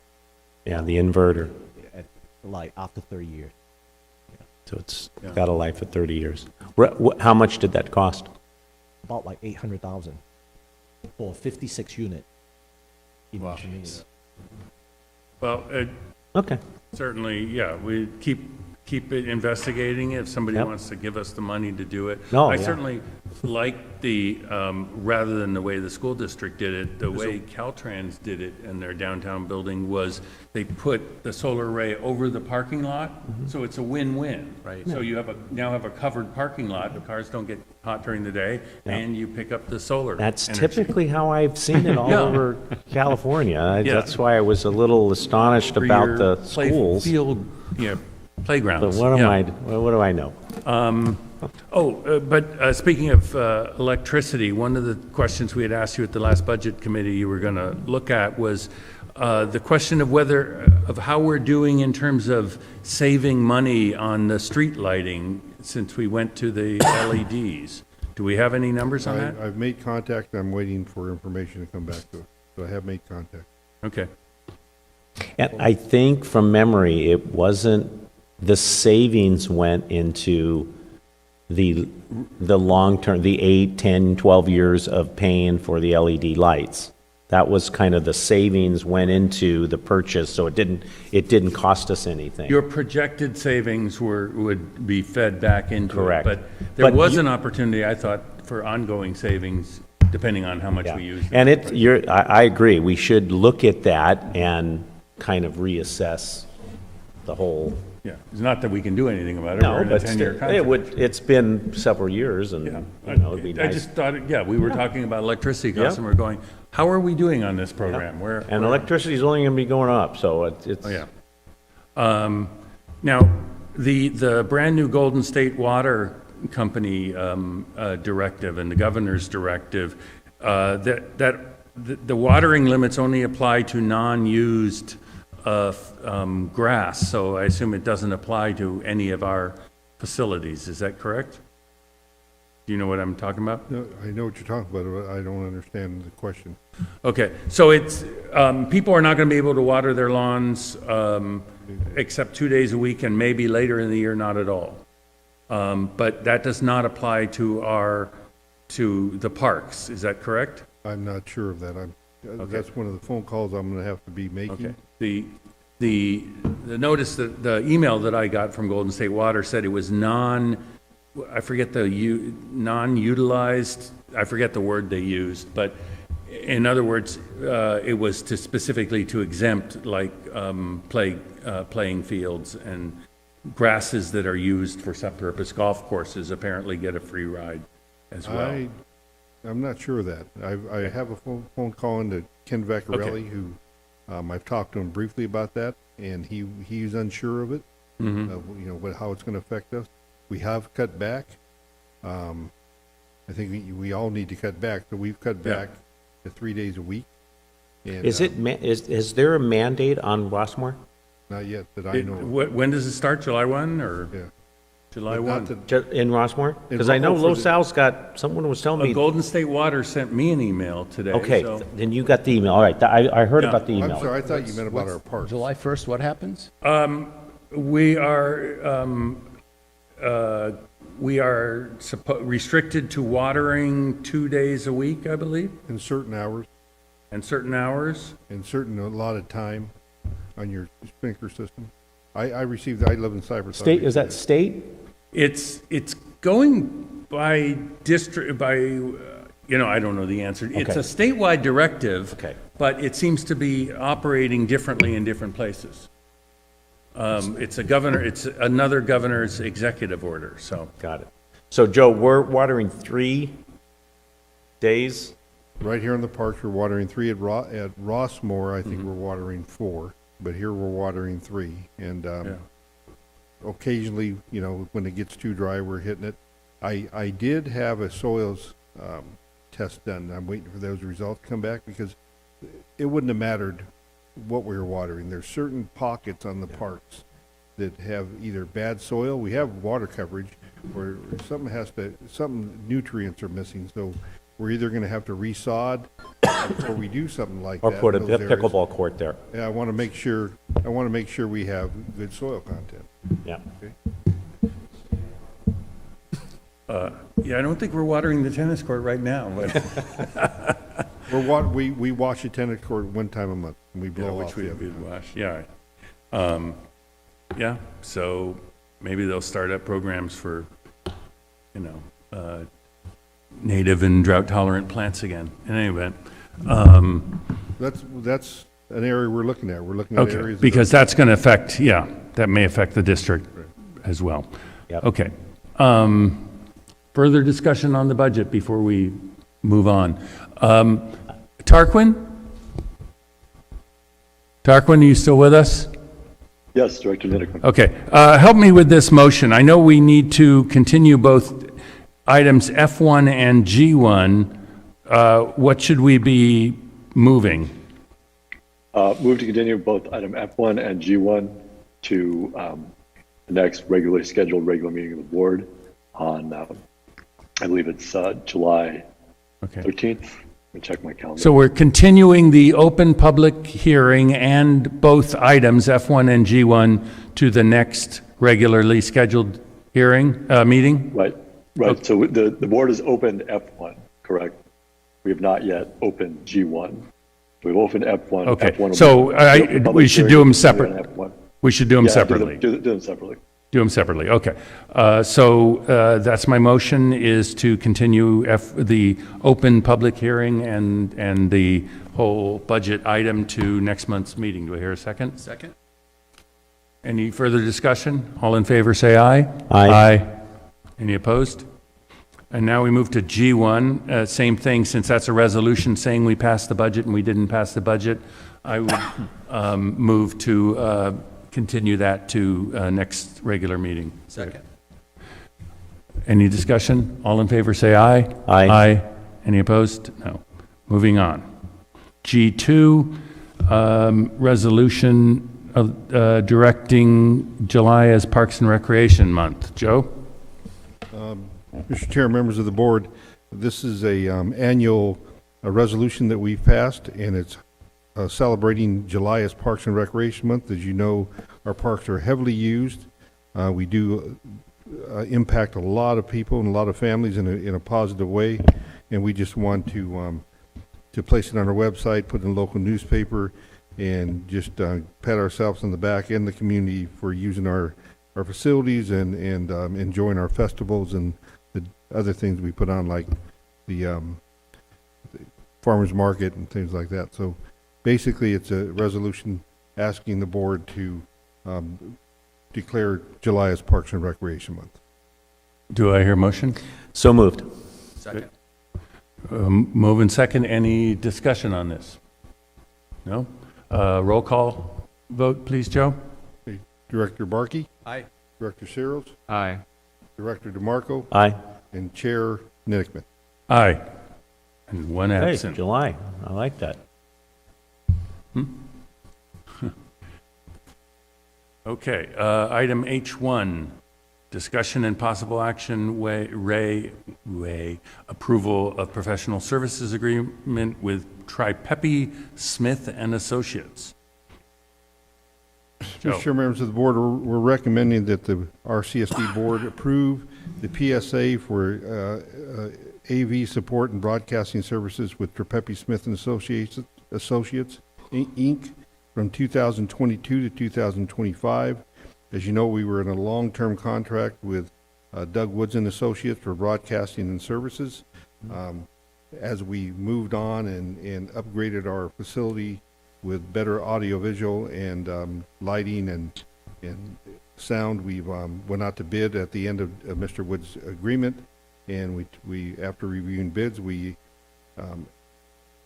utilized Tripepi Smith and Associates for a couple months to see how they would fit in with us, and they've done an outstanding job. We're happy to have them. They do service a number of other cities, multiple number of other cities, that gives us a little more backup and a little more knowledge of what other agencies are doing and what's the what's the new systems they're using out there.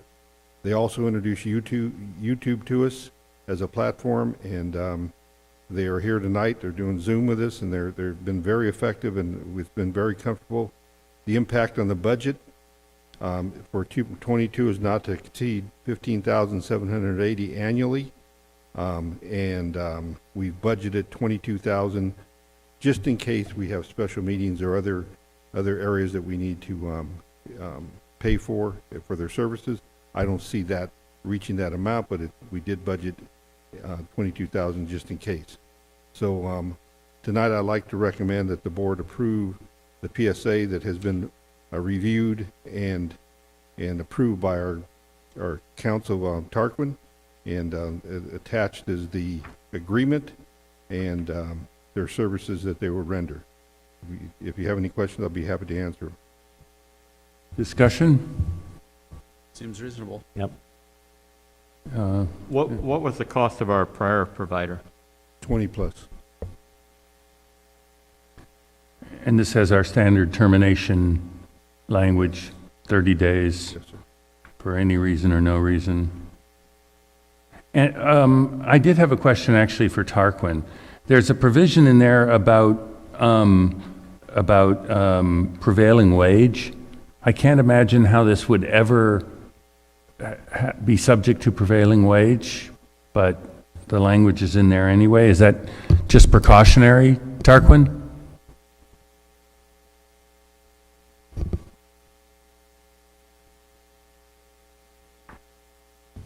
Tarquin? I'm sorry, I was on mute. Oh. Thank you. Can you hear me? Yeah, we can hear you now. Loudly, please. Okay, I will speak as loudly as possible. So this is part of the standard language of professional services agreement. It's boilerplate in essence because it's belt and suspenders. Should any PSA involve a public works component, then this would apply, but this doesn't involve a public works component. It's simply audiovisual. So this would not technically apply. Okay. But nonetheless, it's in there as the standard PSA language. I can't think of any circumstances within their scope that it would ever happen, but okay. But it's just standard language and they agreed to it. Correct. Okay, thank you. We have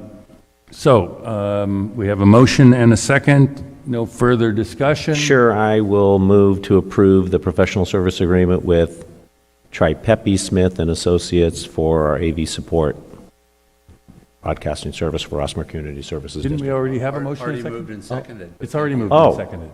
But I'm sorry. I thought you said you needed a motion. nope.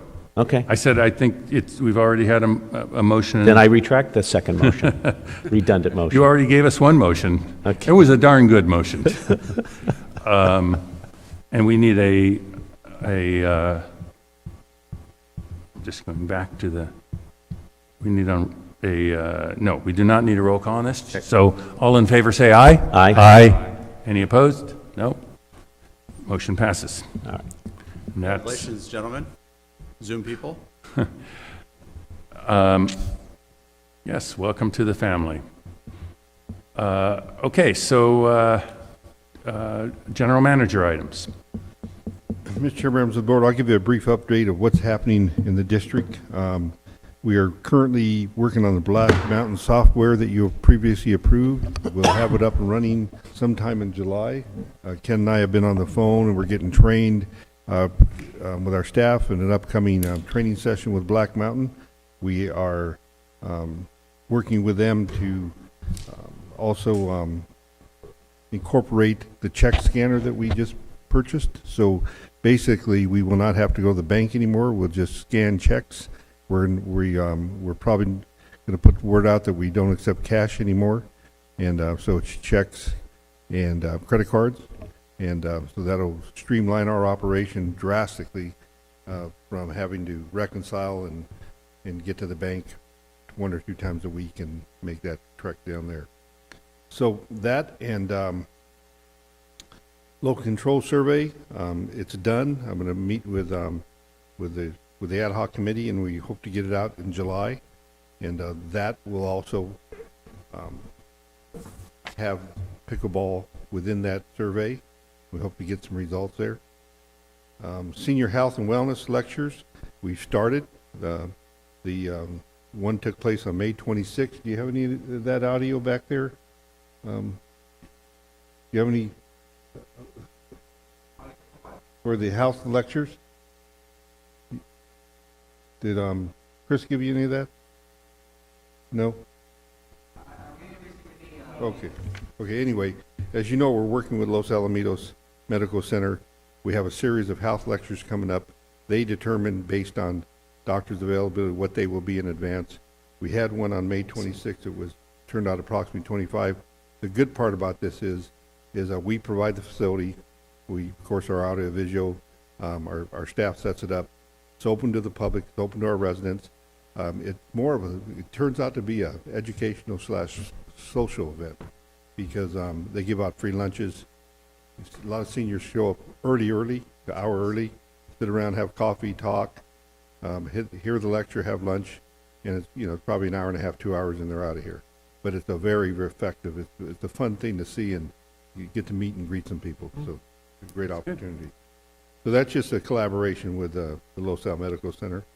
Rossmoor Farmers Market, as you know, it's going. We, as Maureen mentioned, it's small. We're looking to expand it a little, but we need the clientele. We have the parking lot, and we've had a couple of residents that are somewhat queasy about the impact it's had on the surrounding area, but it's no more than an event that we have here on a daily basis. Yeah. So, is it parking impact, Joe? Parking impact. Yeah. Is the parking lot completely closed when they're here? Pretty much. We have the vendors line up to protect the booths, so that one section is gone. So there's probably one row of parking stalls that are available to the public. So it's been impacting the surrounding streets? A little bit. Is there anything we can do to?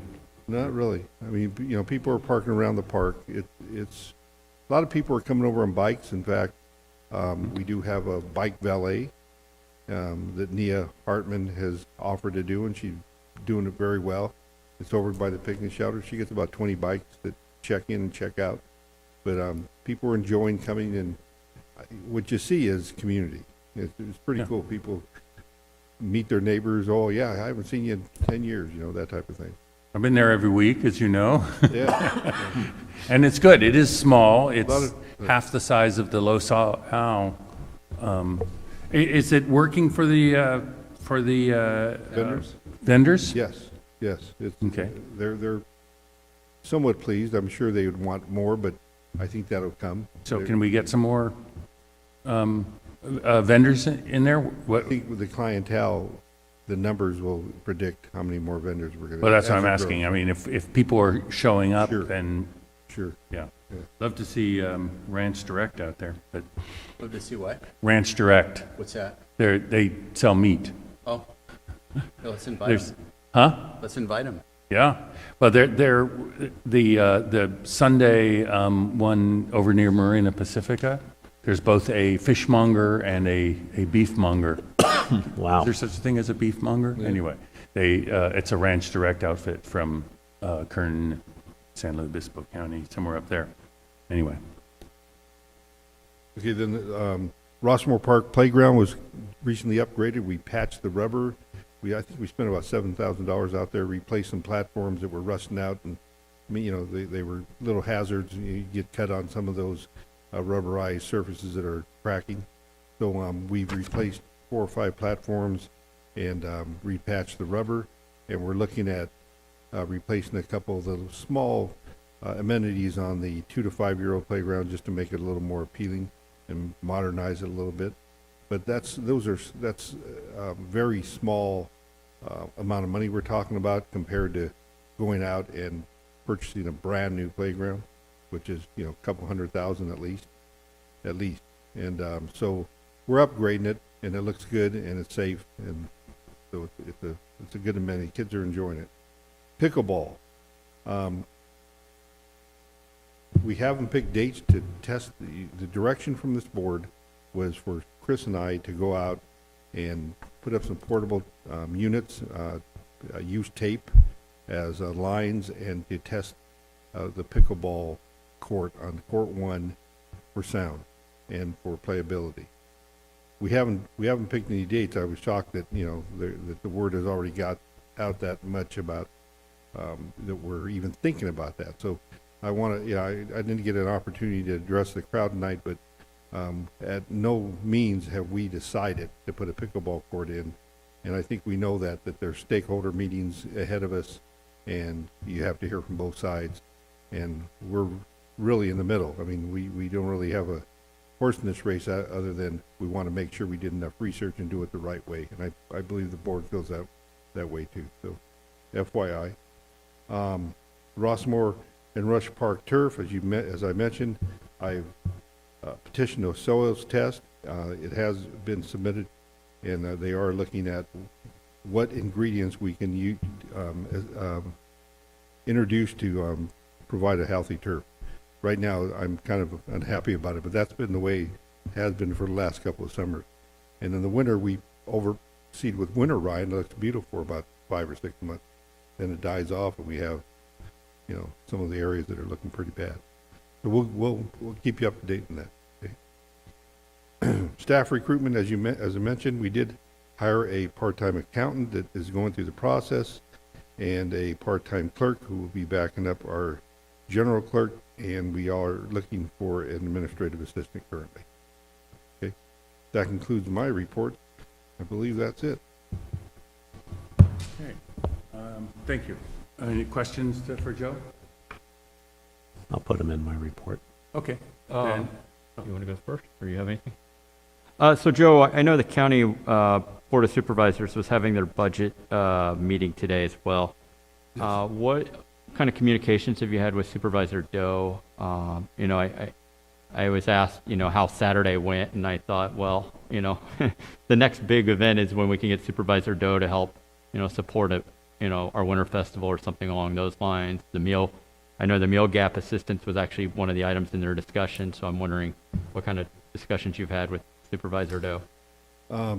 None recently. I know the supervisor was pretty wrapped up in his campaign, so I've kind of backed off. I've been in contact with his board deputy, and we've been talking about street sweeping and how they can help us with go between the signage and the sheriff's, but monetarily or budget and request for funds, none.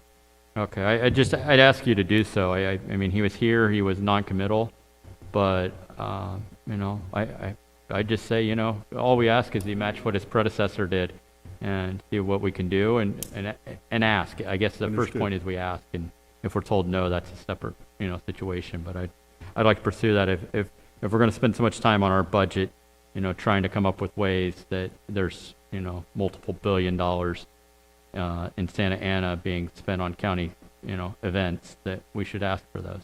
I think I recently gave you a proposal I sent to Janet Wynn's office.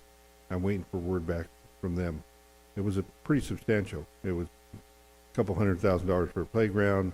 I think a couple $100,000 to upgrade these facilities and the restrooms and the tile and the commodes and things like that.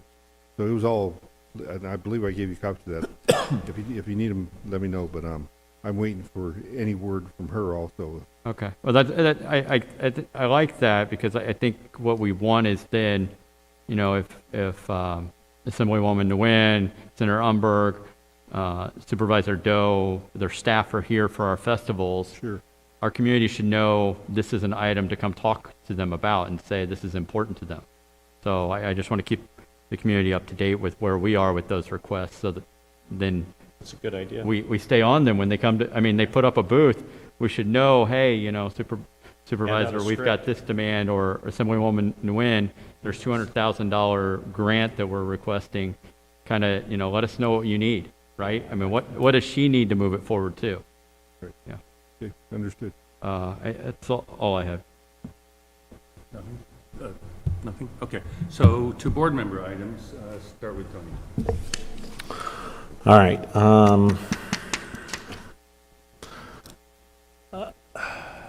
Joe, I still don't have my lids. Friday Bostonian. Still don't have my trash lids.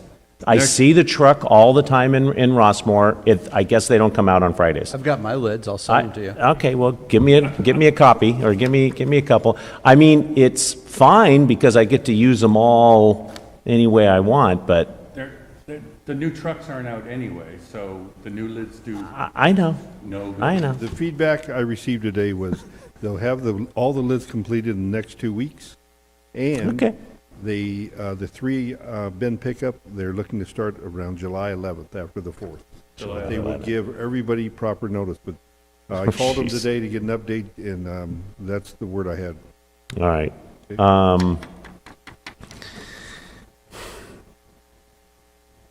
So since we had a bunch of people anti-pickleball, and I think last month or the month before we had pro-pickleball, what's the process now, Joe, where I would almost say set up a temporary one, let the board know, let the community know, and get some players to play pickleball so we can all assess it. That's really because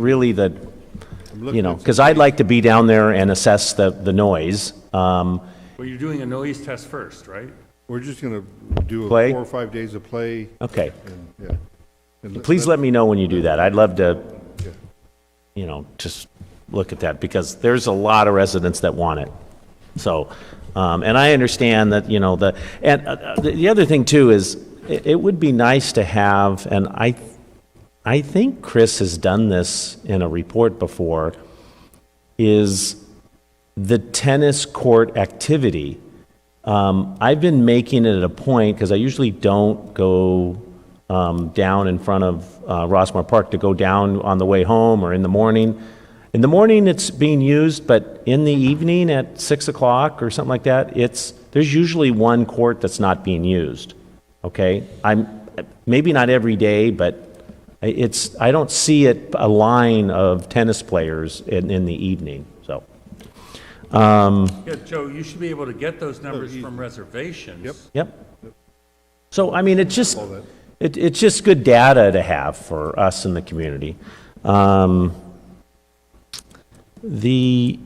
It was interesting, Officer Musselman, about talking about the ordinance. If he can write that ordinance on his ticket, it makes me think, what would it take to change, amend our park ordinance, and then how we could enforce the e-bike speeding through. I don't know, just an idea. It would be nice to know what Musselman comes up with, Joe, with, if he can write because again, that's another thing that's a lot of complaints.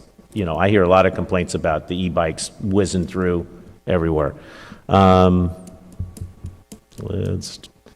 then, let us know about the video on the street sweeping. That's, because I know it's a lot it's like watching a 6-hour movie, but I don't know, get Maureen to come in and watch it. And then last, my youngest finally graduated high school, was in the RHA parade. It was very nice. I congratulate all of the seniors that graduated this year, and of course all the Rossmoor seniors that graduated. It was a great event at the Santa Ana College. I represented this board, was able to give my son a diploma.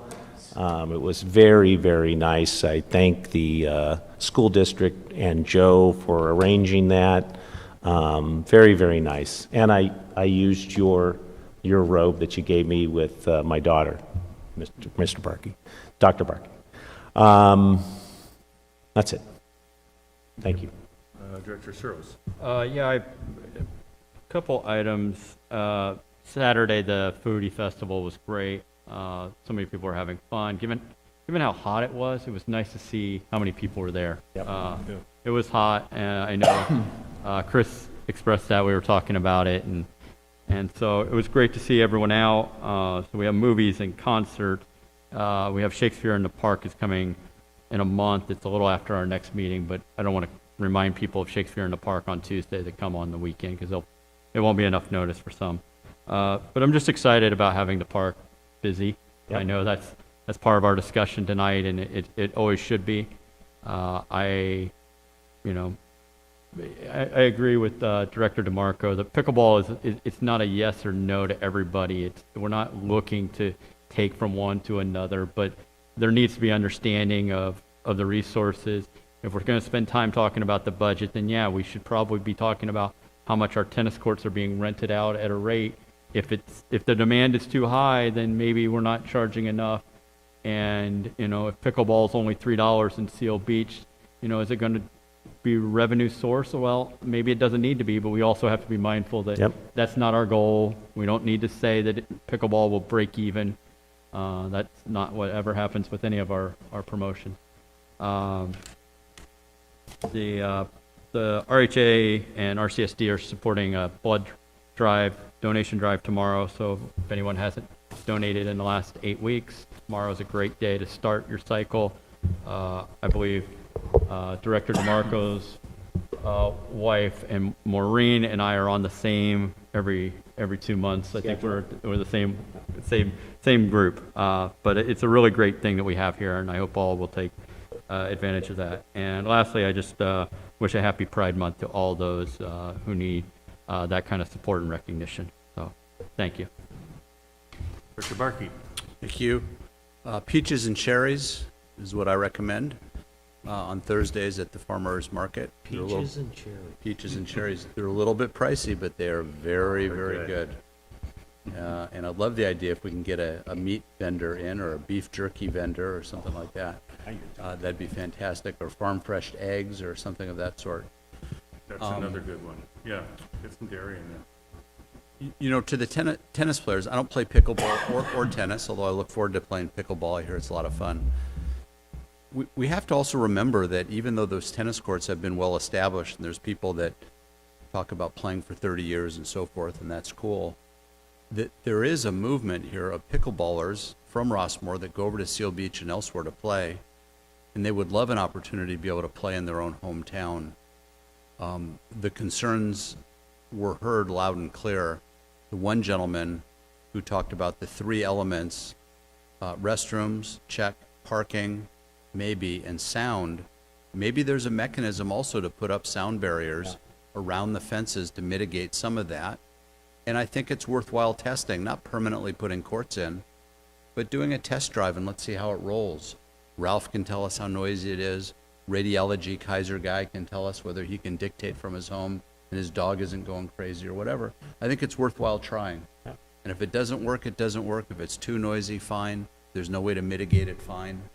And if the courts are really being utilized to the extent that it was described here tonight, should we have 2 pros that are manipulating so much time on those 2 courts and not making it available to those that want to play doubles or singles and so forth? So I think that data will be very helpful and useful to obtain.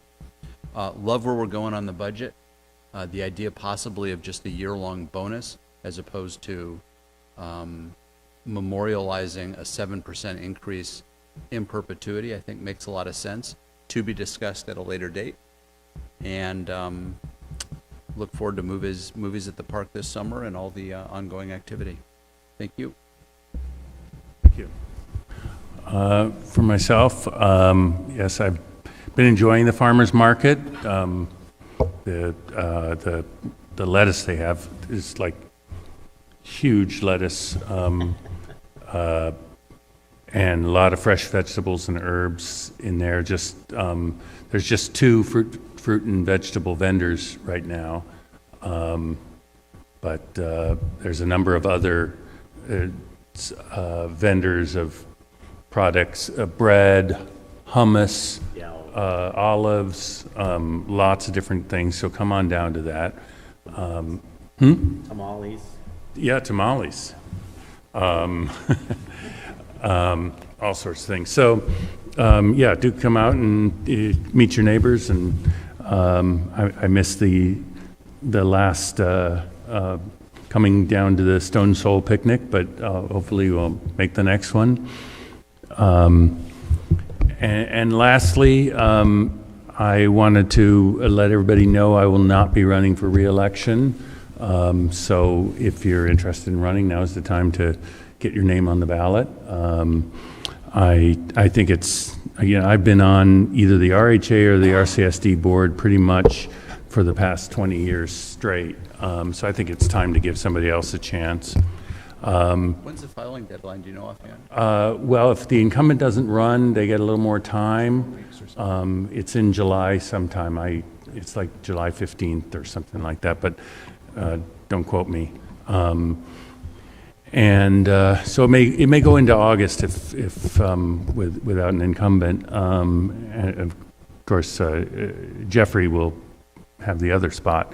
I know last time I ran, there was no opposition. We didn't even have an election because there was no opposition. So, and that time and this time, I encourage everybody who feels they can make a difference in Rossmoor to run. And we have a diverse board, divided board, and I do hope that the next election will focus on issues and not issues that affect Rossmoor and not personalities and not national partisan bickering. That's my hope, is that we can have a good election debate this fall and elect the best person for the job.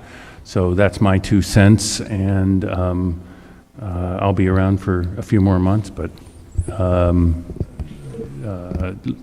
looking forward to continue to serve Rossmoor. That's it. Unless we have anything else, I would entertain a motion to adjourn. Does Tarquin have anything? Tarquin. Oh, Tarquin, did you have anything? No, Director Niedergren, I cannot top your announcement, so I have Okay. nothing this evening. Okay, thank you. And Jeffrey will be back next month to take back the job of chair. So, a motion to adjourn? So moved. Second? All in favor, say aye. Aye. Thank you, Mark.